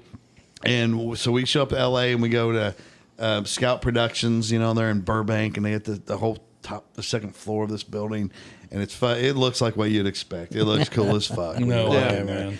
And we're just like, as soon as you see first person, you know, and they hold out their hand to shake or whatever, we're just like, bring it in, motherfucker. And we're just big old hug on you, slap on the back. And that's just how we've treated it from day one. Yeah. And we'll always be that way. I think that's what's cool about like the followership that we've built. Like we've been getting so many positive comments about like how our banter amongst each other. And like, we were eating lunch today. We went to eat lunch today, and I was like, we're talking about like business expense, and we'll write this off, and we can do this and that. And I'm like, I have never been in this situation before where like this kind of shit's happened to me. Like, it is so cool that like we are starting to build our brand. I mean, somewhat like Arlo said it ourselves. Like, it's a lot of work, man. We're grinding it out. We're trying our best, and like, you know, having you giving us the opportunity, you know, here I go again. I'm gonna tug him off again, but like you giving us the opportunity, dude. Like, you are busy as hell. Hey, his wife is not going to be worried about the show later. It's when he's like, I just drained by this mustache thing is, man, guy. like you didn't have to give us. You didn't have to give us the time of day, bro. And you didn't. I mean, yeah, we hung out in Jasper and we got drunk and had a good time and shit, but like. Early on, when I first reached out to you and I told you that we were starting a podcast and everything like that, and like your initial response was, hell yeah, dude, that is so awesome. I love, you know, new and upcoming podcasters, and like you guys getting out and getting your toes wet and doing all this shit. And like, I don't know how many times me and Smoke have said it to each other, and Casey too, and Arlo, it's like, I fucking love this shit, dude. Like, this is so cool. It's the greatest thing in the world. It is so cool to be able to like document our stories. Get to hang out with our buddies, you know, like we look like idiots when we're rolling around with all this shit in the back of my mom's minivan, you know. With that peace frog on the front. By the way, shout out to my mom for letting appreciate us. it. That way we could all ride together and like I have feel all like our she needs shit. a little sponsorship. Yeah, we'll hit her up with something. Give her a shout. Yeah, we'll give her something. But. But I think the key is authenticity, man. Yep. People resonate with authenticity. And whether or not you're a person like them, they still can relate to you as long as you're being true to who you are. Because people smell that shit a mile away nowadays. Yeah. Like the whole palette right now for people that consume podcasts and that just follow people on their social media or whatever is they're looking for people that are being authentic, I think. Yeah. They're just relatable. Yeah, you're just like being you. And if you try to go against that and anything else, you're just coming off like a poser in whatever your world is. We have been hit up by a lot of people about, like, with our original show, about being like a mental disconnect. Like being able to just tune in when they're facing adversity, or being able to just turn it on and literally just take like what Casey always calls like a mental vacation. You know what I mean? Because like we talk about, like we said earlier, mowing your grass to, you know, pissing in the shower to like anything you could imagine, like things that are so relatable to everybody's everyday life that I don't know, man. I guess it's not the. I mean, what did we put it on Anchor when we started? Comedy interview or something? Yeah, that was like the one that seemed to the fit category. the best. Yeah, that's what we had to list as, you know, because it's like it's somewhat of an interview, but like we're literally interviewing each other each week, you know. Yeah. But I don't know, dude. I'm loving every bit of it, and I'm super stoked. That And the beautiful thing is in today's world, you never know where it's going to go. Yeah.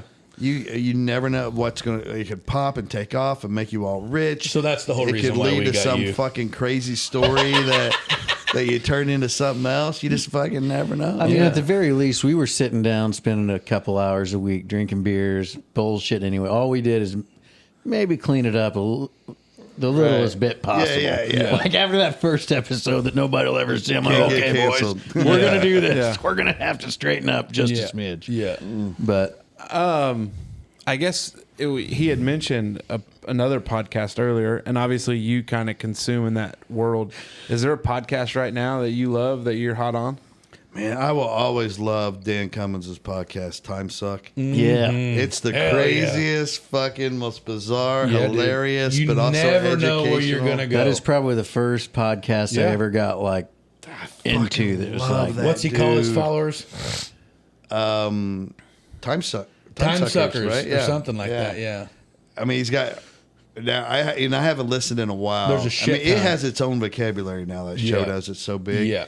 But I love, and that's a good example of that show fit that dude to a T. That was his wife, 100% his wife who helps he him too, is. doesn't she? Yeah. She's like his producer or something off Yeah, and camera. they have another podcast, Scared to Death, where he tells her these scary stories. She gets all Oh scared. God, man. But that dude has always had a very unique sense of humor, and that show's built to a T to fit that. Yeah. And I remember when nobody was listening to that fucking show, but he just kept on it. Oh, yeah.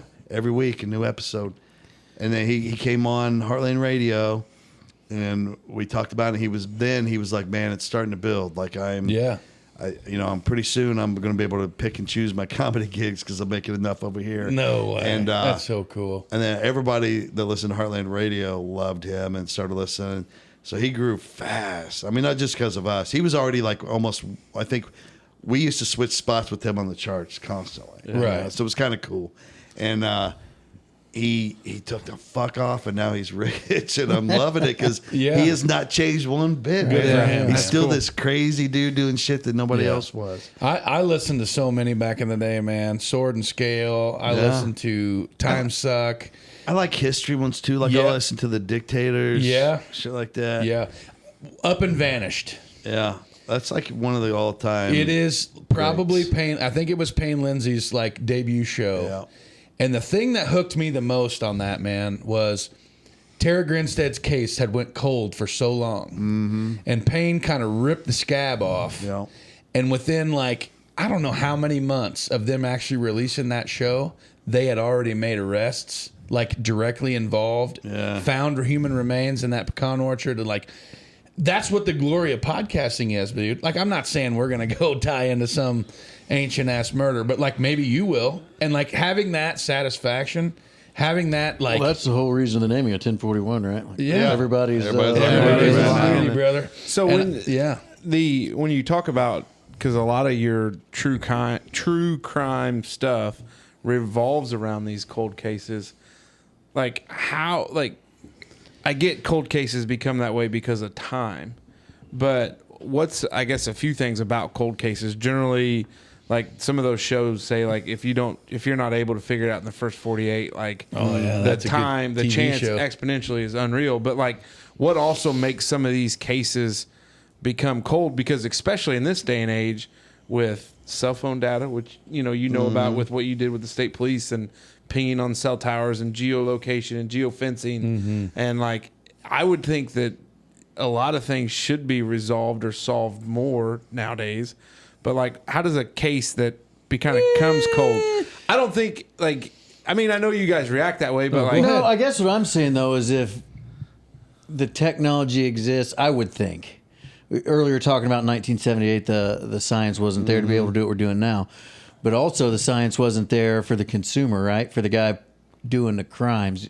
There's a lot more opportunities to learn, I would think, about casing something out if you're the bad guy.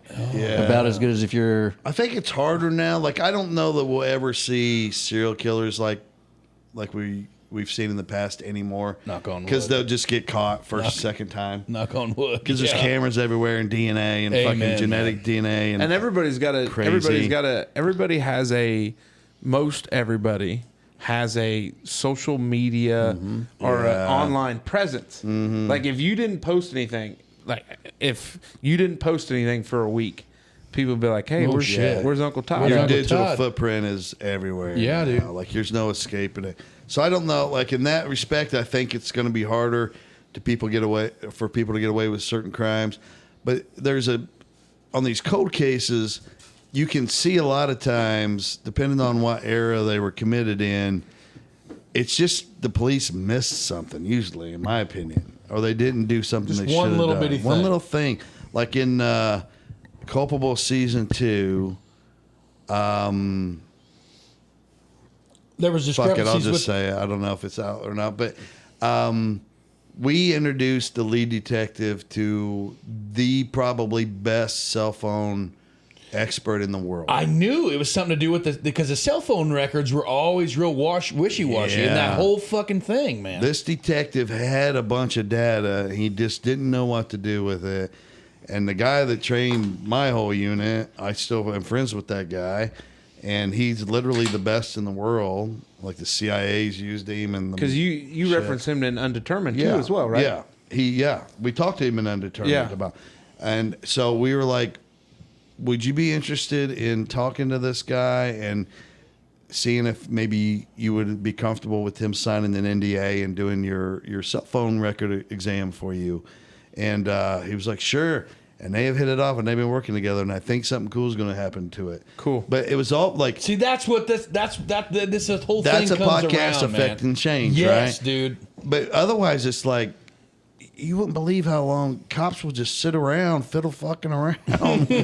Like, go find the answer, man. If you don't know it, somebody does. Yeah. There's experts for everything. Yeah. Oh, there are. Well, because going back to the Burger Chef case, which you said like the police missed something in the beginning initially, so I'd want to know what it was for that. But I think you're expert on the tree bark situation. Yeah. How that all comes about, like when you're doing it in that grand jury episode, and you're like, this is the most plausible, but it's like there was nothing left behind. Like it's hard to figure out. And then he comes in and says, well, depending on the tree, like, and the weather and all this other stuff, and he's like, very plausible. Right. And you're like, that guy is an expert on basically blunt force trauma. Yeah. That can look at it. So it's just cool. But like, what do you think in the Burger Chef case? What do you think was missed in the beginning that could have made it all different?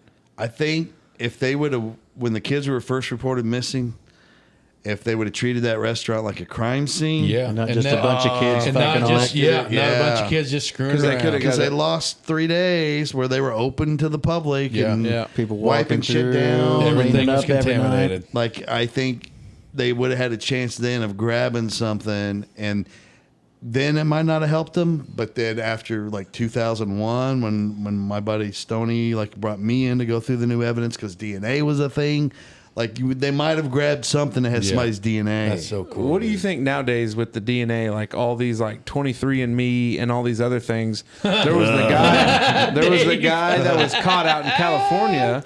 There's that a was lot a of serial people. killer that had gone dormant because they're like, well, we found a 50% familial match, which means it's either a grandchild, niece, and nephew, like that kind of line. And you back work it. Like, what do you think about that kind of stuff? Fucking great, dude. The case that always haunted me, that was mine, a cold case. He hates it, by the way. we're laughing. We're laughing hysterically because this. My sister got one, and I felt like she should have been like I should have had to sign something. Like I'm not saying I've got anything to hide, but you never know what may. It's so funny because when all this first happened, I remember they were a sponsor on on Pat's show at Heartland Radio. 23andMe was. And we used to make little jokes about, you're going to get framed for assassinating the president or whatever. Yeah, dude. Like, it's really happening now. Yes, like, they've been storing your DNA. When we talked about it on the show. Like, it was one of our topics is like, have you ever thought about like your genealogy and like doing all this? Like, because like my father-in-law, who is my Welsh Irish, same thing. Their maiden name, my mother-in-law's maiden name was Toy. So like it's a thing and all this shit. And I'm like, we were talking about doing the whole spit swab and finding your real genealogy, and Smoker's like, fuck that, dude, I'm out. He's like, I used to hang out with some shady cats, and I don't really want to I didn't spend mine, but now you don't have to. Like, if anybody in your family does, you're fucked, right? That's what I'm saying. But I do like it because there was an old case that always haunted me that I worked for a long time, and I thought I had the suspect, and we went to Arizona and grabbed him up and interviewed him for 5 hours and got his DNA, and we got back and it didn't match. And I was like, fuck. It was heartbreaking, and part of me was like, well, something's wrong with that last scene that we got the DNA from. It was different than the others. I'm trying to justify it in my head. Come to find out, they did genetic DNA, and it was a guy that lived in the fucking neighboring county. Wow. Did it. Well, it was either him or his brother, they said. So my buddy pulled a trick out of my old playbook. The guy was an old school bill payer, and he would lick his fucking envelope, put a check in there, and mail it to the power company. So he went and pulled one of the envelopes and tested it, and compared it to the murder scene or to the rape scene, and boom, it was him. Well, because in the state of Indiana, Isn't I think that wild, man? If it He makes just it got out onto convicted. this, if it makes it out onto the sidewalk, it's public property. Yeah. Yeah. I don't think people realize that. I think it'll be interesting. Don't be giving away any secrets. Anyways, I think it'll be interesting because there'll be a point where it'll become a case, kind of like Miranda. Like people wonder, like, well, where do Miranda rights come from? It's like, well, there was this guy in Arizona that because it was a rape, wasn't it? I think it was a rape. So, yeah. He's schooling us here. I have no idea. And he did. So this is where Miranda comes from. These officers basically sweated him for like 60 hours or something like that. And then it comes through and they throw it out. And they always say, like, the funny justice of it or karma of it is he used to pass out and sign Miranda cards because officers carry them. You probably first carried it. And actually, he got stabbed in a bar fight or something happened. And it was funny because the officers came and read this guy's Miranda rights. Well, he had stabbed the son of a bitch. Miranda was the victim. Yeah, but when he's the victim. But there'll be a case, to your defense here, Smoke. There'll be a case where it'll go too far and it'll make it all the way through, and it'll kind of a bumper cars effect. It'll kind of rein it in, or they might look at it and say, "Hey, you voluntarily do this." Like, it'll be blood spatter I remember when blood spatter was the big thing, and it was locking up people like crazy. These blood spatter experts would testify in court, and people were going to prison for it. There was this new science we didn't have before. And then, I don't know, decade and a half later, they were like, oh, most of those experts were full of shit. They didn't know what, it's not a true science. These guys are wrongfully convicted. Yeah. Well, And look at the David Cam. And the prisons, David Cam got fucked that way. They tried that, and he was. So you guys made know up the his David whole- Cam? No way, man. So the No. David Cam trial was one from our neck of the woods. He was Harrison County, or he was around that area. He was a state trooper. His wife and 2 children were murdered in their home. Oh, God. And like in the car, like in a, I don't know what In kind the of vehicle it was. garage. Yeah, in the garage. Yeah. And so basically he went through 3 trials. Steve Ripstra, who's from our area, I've always said, Oh, yeah. Steve Ripstra is probably one of the best legal minds in the state of Indiana because he was on the original and maybe the second appeal on the Cam trial because some of it revolved around blood splatter. And I've never seen anything of it. And I know you've talked about the Cam trial in 1041, but basically there's no way he could have done it. He had because he showed up from a basketball game, but what had happened was the narrative that he maybe had He said I was here playing basketball at this time, and that when what they put at the time of death for his family he was saying I was playing basketball at that time. His alibi was valid. And then somebody at state police, is before we had a unit like I worked in where you had experts doing the cell phone analysis. Somebody fucked up the cell phone analysis, and there's a time conversion that always has to happen when you do that because everything's on universal time from the phone companies. Right. And they fucked up the time code conversion. So really, when you looked at those records, he could not have physically have been in his house when the murders happened. But they had the time wrong. Yeah, and some of it came back to blood splatter because he didn't have like any on him because the crime was very, very heinous. I think if I remember correctly, the kids were in the middle seat. The guy that did it got mom first and then the kids, or basically the garage door didn't close, or he came in through the garage. You looking it up? There was a shoe left behind. He had blood on him somehow. And of course, his team was like, well, yeah, he went and he fucking held his kids and shit. There was some transfer. Oh, man. And their blood spatter expert for the state, who they end up finding out, probably your buddy found out that he had made up his entire resume. He was not a blood spatter expert. He was like book taught. Fake it till you make it. Oh, yeah. And so he testified there was no way this blood that was on his shorts or whatever, I think it was on his sweatshirt, could not have happened unless he was the one who shot the daughter specifically. Yeah. From the front seat. And then there was spatter because he was close enough that he got this on his shirt. Jesus Well, Christ. when a real expert waited there, I think it was Dr. Lee, like the Asian guy you always see on big court stuff. Right. He was like, okay, there's a seat between the shooter and the kid that you put here, the blood could not have Transferred through the seat. Couldn't have made it to that part of his Yeah. clothing. Yeah. And it disproved that, and the phone records disproved the whole Well, fucking and thing. I think because then there was another, like on the first one or maybe the second cam trial, they brought in all this other inadmissible stuff because there was other women involved. He was having an Yeah. affair. Yikes. And like, because there was some that were like talking to the prosecutor's officer, like, this is dumb. You're going to lose and on appeal because that has no relevance to what's going on. And of course, however the judge let it in, and then next thing you know, guess what, they're appealing.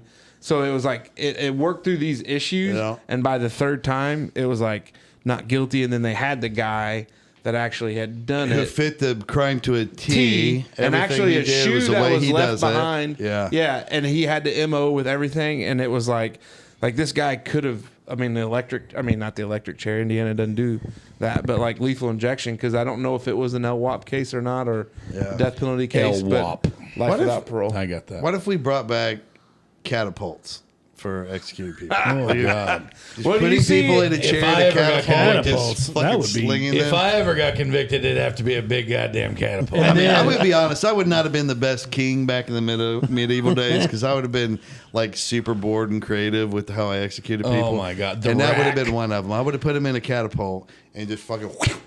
Well, So, in Idaho, if we they bring just this back, are we doing pay per view or how are you doing that? Oh, my God. raise dude. money for the state. Right. Idaho, they just brought back where they could do by firing squad. Yeah, I because saw they're that. talking about that. Do you have a take on the Idaho situation out there?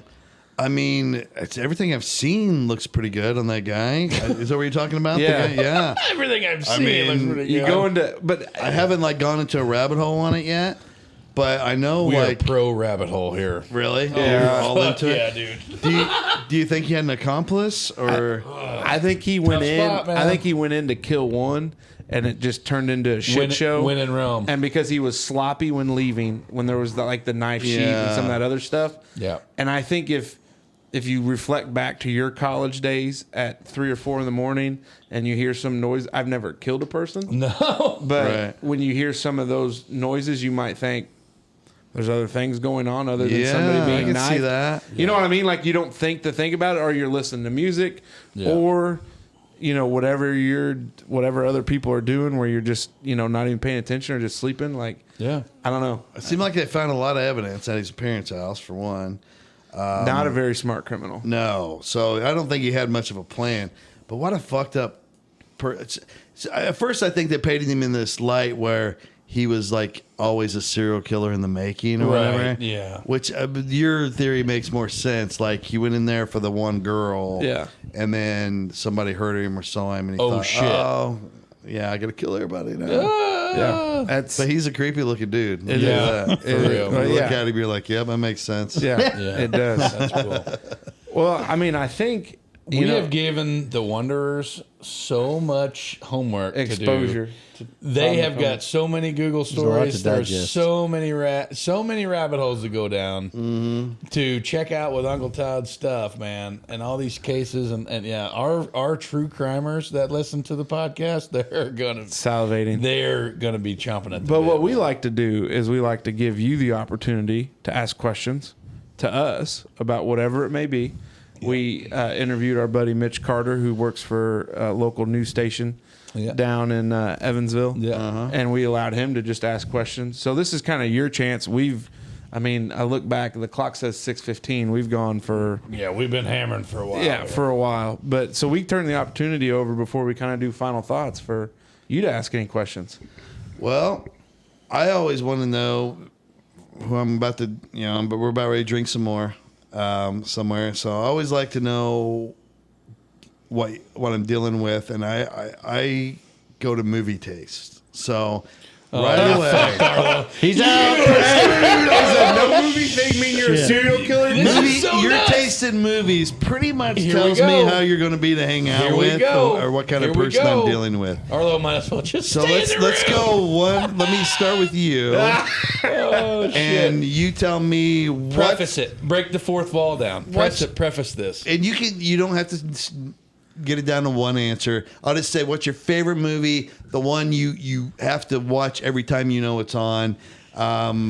But that could be two different movies if you want. You can tell me the best movie you've ever seen, and then the one movie that you just love to watch over and over again.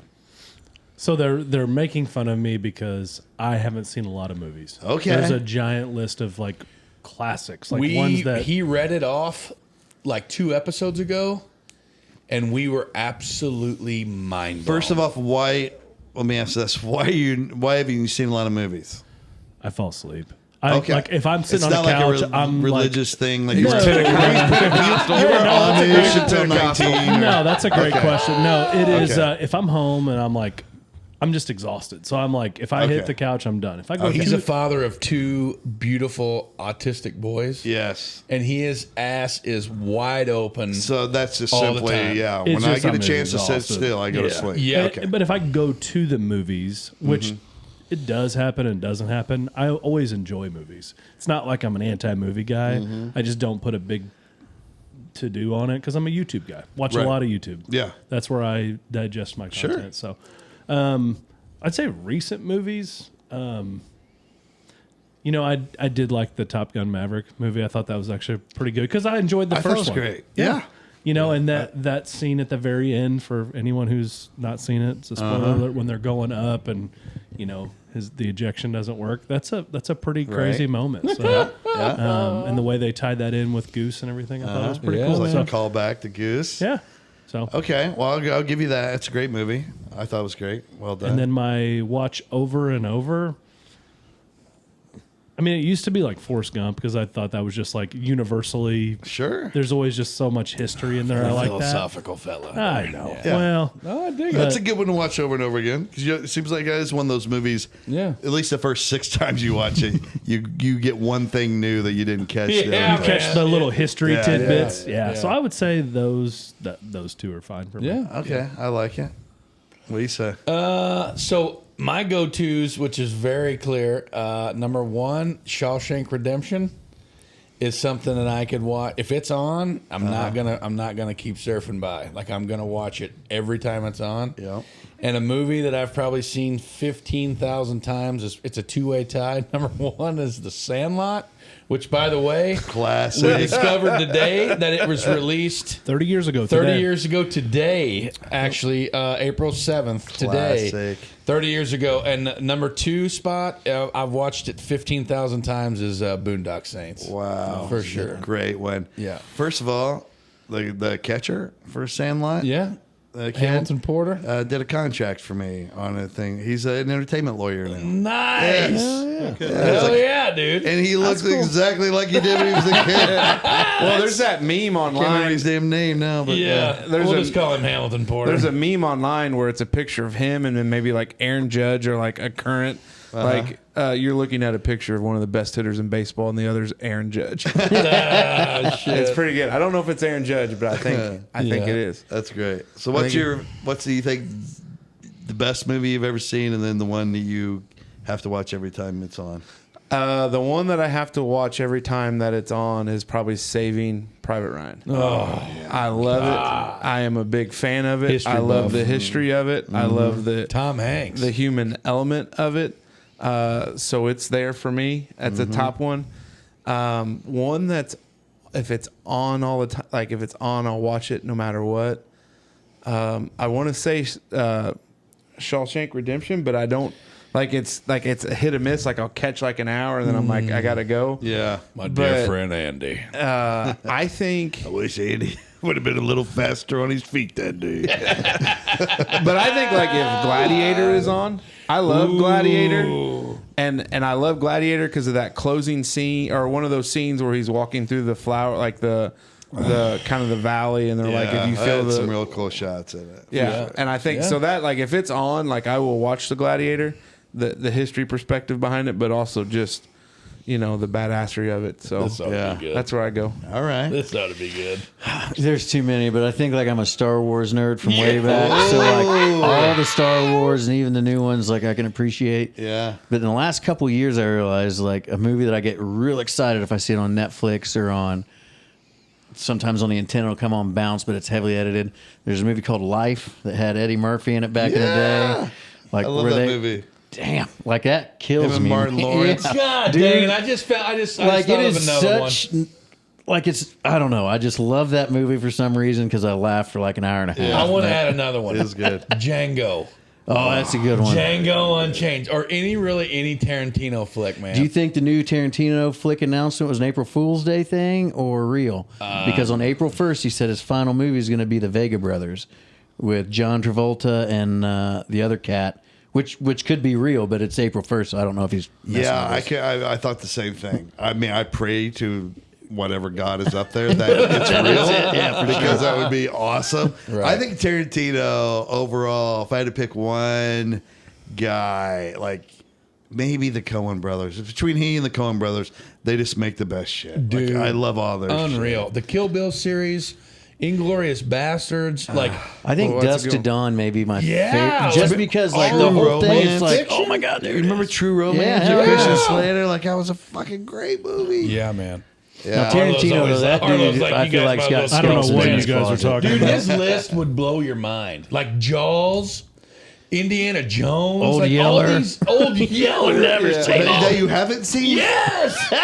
Yes, dude. I know. He's seen like Cars and whatever 2 movies he said. Yeah, About. they love cars and planes. So. Wow. Which they're young; they wouldn't watch those anyway. So this is Yeah. not. This isn't just because of my kids. It's probably just. I just. But one day you have the entire history of film available to you. I mean, in a way, I'm kind of jealous. Oh yeah. Like if you right now can Like all watch these Jaws new for the things. first time. Yeah. Oh, that is So something. Smoke- Dude, so- that's a very good point. Smoke's got a pool, right? So he's got a pool, and then like he's got one of those inflatable outdoor movie screens with a projector and shit. I have one, too. And I I was like, love dude, it. we're gonna have a Dutchman night this summer. We're all gonna get bomb ass drunk and watch Jaws in Hey, the pool. do you know what I'm going to do? No. I'm going to start a YouTube channel where I review these movies for the first Hell time. yeah. Don't tell nobody, dipshit. We'll have to edit No, that out. you gotta That's get a it great built up, idea. man. You gotta get it built up. Yeah, this is. Yeah, this Can you is the- imagine being how old? 36? 35. 35 and seeing Getting to see these classics for Old the first Yeller time. for the first time Oh because my that's God. why you have ties to it because you're a kid. You're gonna Yeah. cry. Are you for going to sure, cry man. if you're 35 and Yeah. you've never seen it? Shit, yeah. You I don't are. know because a lot of it's from when Some you were of a them kid. don't hold up though, you know, that you think in your mind, like, God, that was a great movie. And then you watch it and you haven't seen You know it what since let you were me 12. down? Oh, it's going to Oh my sound gosh. dumb. I'll give When a rating Disney and Plus everything. first came out, there's a movie with Kurt Russell, and it was about Babe and the Big Blue Ox and like all the. Oh, yeah, right. God damn it. I don't remember what it's called either. It's a terrible movie to watch when you're an adult. I was like, boys, you got to watch this. This shit's what it's about. yeah, yeah. And they're like, Dad, this sucks. I can remember going back and watching the Wonder Years with Winnie and that whole series, you know, like, and I Yeah. watched it as a kid and it was fucking gold. But then now I'm like, man, this show sucks. I tried to watch Quantum Leap. Yeah. And I remember, God, I love that damn show. And I tried shit. to watch it to research for something else we're working on.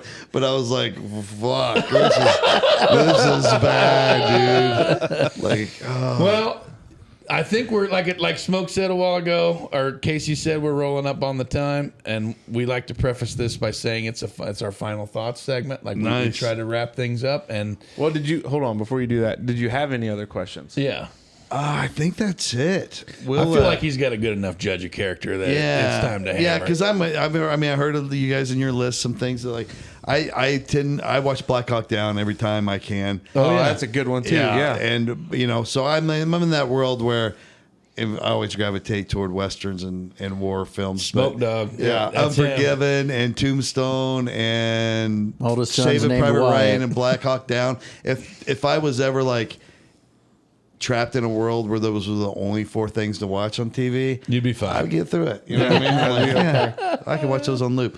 So that's all I got, man. And you know, beyond that, thanks for having me here again. Let's just keep drinking some more beers before I gotta go. Final thoughts. I know I've tugged Wait, you hold off. on. Do you want us to? No, you're good. should You're we good. go? You're Okay. good. I know I've tugged you off like 55 times since the duration of the show, but I cannot tell you, man, how excited I am to get to do this shit. Like, I don't know how many times we were driving up here and we had all this shit loaded in the back of my mom's van and like all this stuff and going to get mic cords and eating lunch. First and of all, I don't want to interrupt you, but that one line is the best line We're all in my so mom. many different scenarios. Just Can you imagine in any given scenario when you have the opportunity to say, when we were loading all this shit up in my mom's van, could be. You're welcome. You're welcome. But like it just like I never in a million years thought that we would be doing like we started this shit. Like I said, we were bomb ass drunk in my garage one time. And we were and like Casey started coaching Smoker's kid. My wife works with Smoker at the hospital, so we already had a relationship.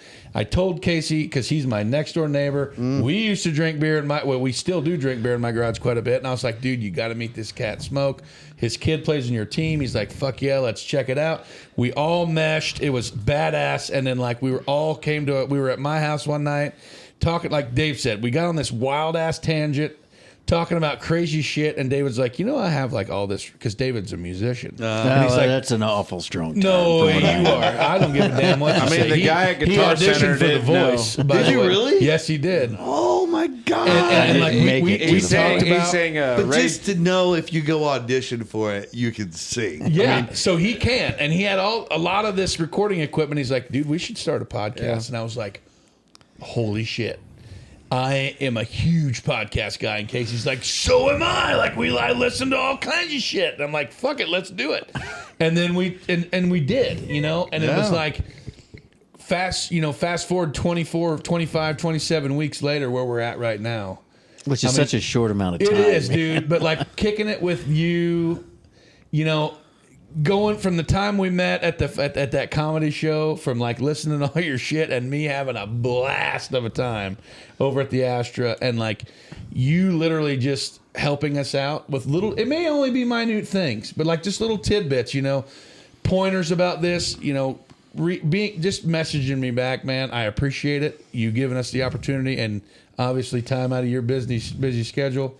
Well, dude, this is what it's all about. Yeah. I did a podcast for 4 years that, again, no one listened to, but here was the deal. We took it fucking seriously as if we had 100,000 people listening to the episode. And I feel like, and that's what you guys are doing, and that's the key to it ending up being, because you never fucking know. I could have went right now. I would probably still be doing that podcast with people that I love to talk to, and it would be hilarious. But again, we'd have like 200 listeners, one day Pat McAfee hung out with us and loved our little stupid podcast. Yeah, man. And wanted us to bring us on to be on his podcast. Yeah. And then look what happened. So I love that you're doing it, and I can see the same things being done when I started doing it. That's awesome. You know what I mean? Because it's easy to just do it and fuck off and be like, we don't care how it sounds, and we're not going to, use real microphones and have a producer and put all the, like, treating it like it's a professional operation. Yeah, man. But you are, and I think that's the whole key. Yeah. I mean, you're already like great people to hang out with and have a conversation with. Hell yeah, man. But now you're being serious about the production of it. So that's the first step. That's my final thought, man. I want to kudos to you. I'm super stoked to hear your new shit. I can't wait to watch your new documentary, and appreciate you giving us your time. Casey, what you got? Just so cool. I mean, because it's Uncle Todd. Uncle Todd sitting in the living room in a suite in northern Indianapolis, drinking beers and hanging out. But your words of affirmation, I think, is like helps us a lot, because there's a lot of times with schedules and wives and kids, children and other stuff, but to get to hang out and talk a little bit more, and really I was a little bit later to 1041, obviously jumped on board a lot on the early stuff with Pat and Heartland and what you and Sean did there together, which was great. And big fan of Sean Latham's. I love his attitude, his mentality, and he's the best. Just kind of how he show. is. And I'd love to meet him. Cooking show. Yeah, I'd love to meet Sean when he's up in Indy next time. Like, give us a call. Hook you guys up. We'll pack the minivan up and we'll come see him. I'll ask my mom. Yeah, we'll see if we can borrow it. But I just think it's cool, and the true crime stuff. It sounds like I found my next gig, because I'm going to go to be a consultant on 1041. Put that shit to work. Put a little legal perspective on some things. Well, we're a package deal. Just, you may not know that. Yeah, we could talk. Pretty damn big package. I'll ride some coattails. I guarantee you that. But I just appreciate you coming and talking with us, because we talk about how stupid it is of what we're doing, and I'm glad we were able to do this and you clear your schedule because I know you got other shit to do. I was happy to do it, and I mean, it did help. We knew each other from before, but Yeah. But I don't know. I am definitely not anyone who should be turning down any podcast. But even people that are in that position where they're like, "Well, I only do bigger podcasts." Why? Like, are you only about doing a commercial for yourself? Are you about fucking hanging out and having a good time? Amen, man. And remember when you were doing a podcast that was smaller and you could just hang out and like. To me, this is real podcasting. Yeah. Hell When yeah. you get past this point, the business of podcasting kind of fucking contaminates it. Yeah. And I'm not lying. Yes. I mean, I love Tim 41, but once it becomes a business, Yeah. it's never the same as when, like right now, you should cherish it because Yep. it'll never be. We've had this like conversation before, and as a group, like it's like when we started, and we're like, we're gonna do whatever we want to do, and nobody's gonna tell us what to do, and then we start getting some bones thrown to us, and we're You like, want some money or not? I think I might be able to do things a little different. We can figure that out. So, Yeah. Smoke, what you got? Appreciate you taking the time. Like I said, I wasn't at that infamous party at the Astor. It was a however blast many because I years think ago. at the time, because you had, because my wife's a veterinarian, and I was like, whatever free vet advice you need, Yeah. she's right here. Yeah. Like just whatever you Hit need. us You up, got man. questions, you got just dogs ask for her. days, man. And my wife's like, I really appreciate when you do that. And I'm like, it's Todd McComas. It's Uncle Todd. Yeah.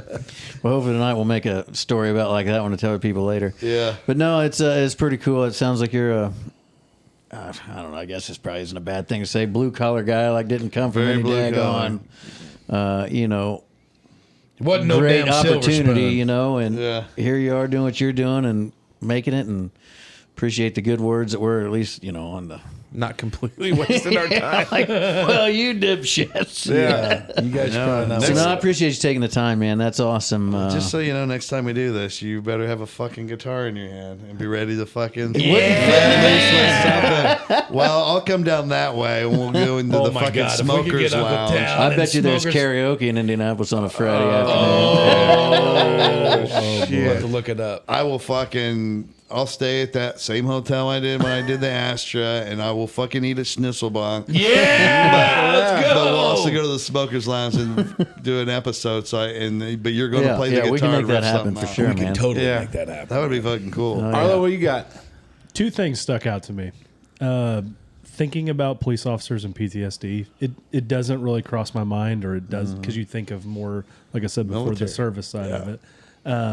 So that was interesting and to shed light on. The other thing was you spoke about authenticity, and I think that's it's cool to hear because you say that like, hey, be true to yourself. If you try to be someone you're not, they're gonna smell it. Yeah. And I feel like we do a pretty good job of that. Yeah. So it was nice to hear that. Well, good, We man. pride ourselves on that shit. So we You wrap should. up by pointing at the cameras and say Dutchman out. But before we do, because when I would hear your voice come on and say, "Here we," can we get one live and in person? think we and can. then good Dutchman out. Hopefully, it's as good as it used to be. I don't get to say it as often as I do used it, man. to. Do but it.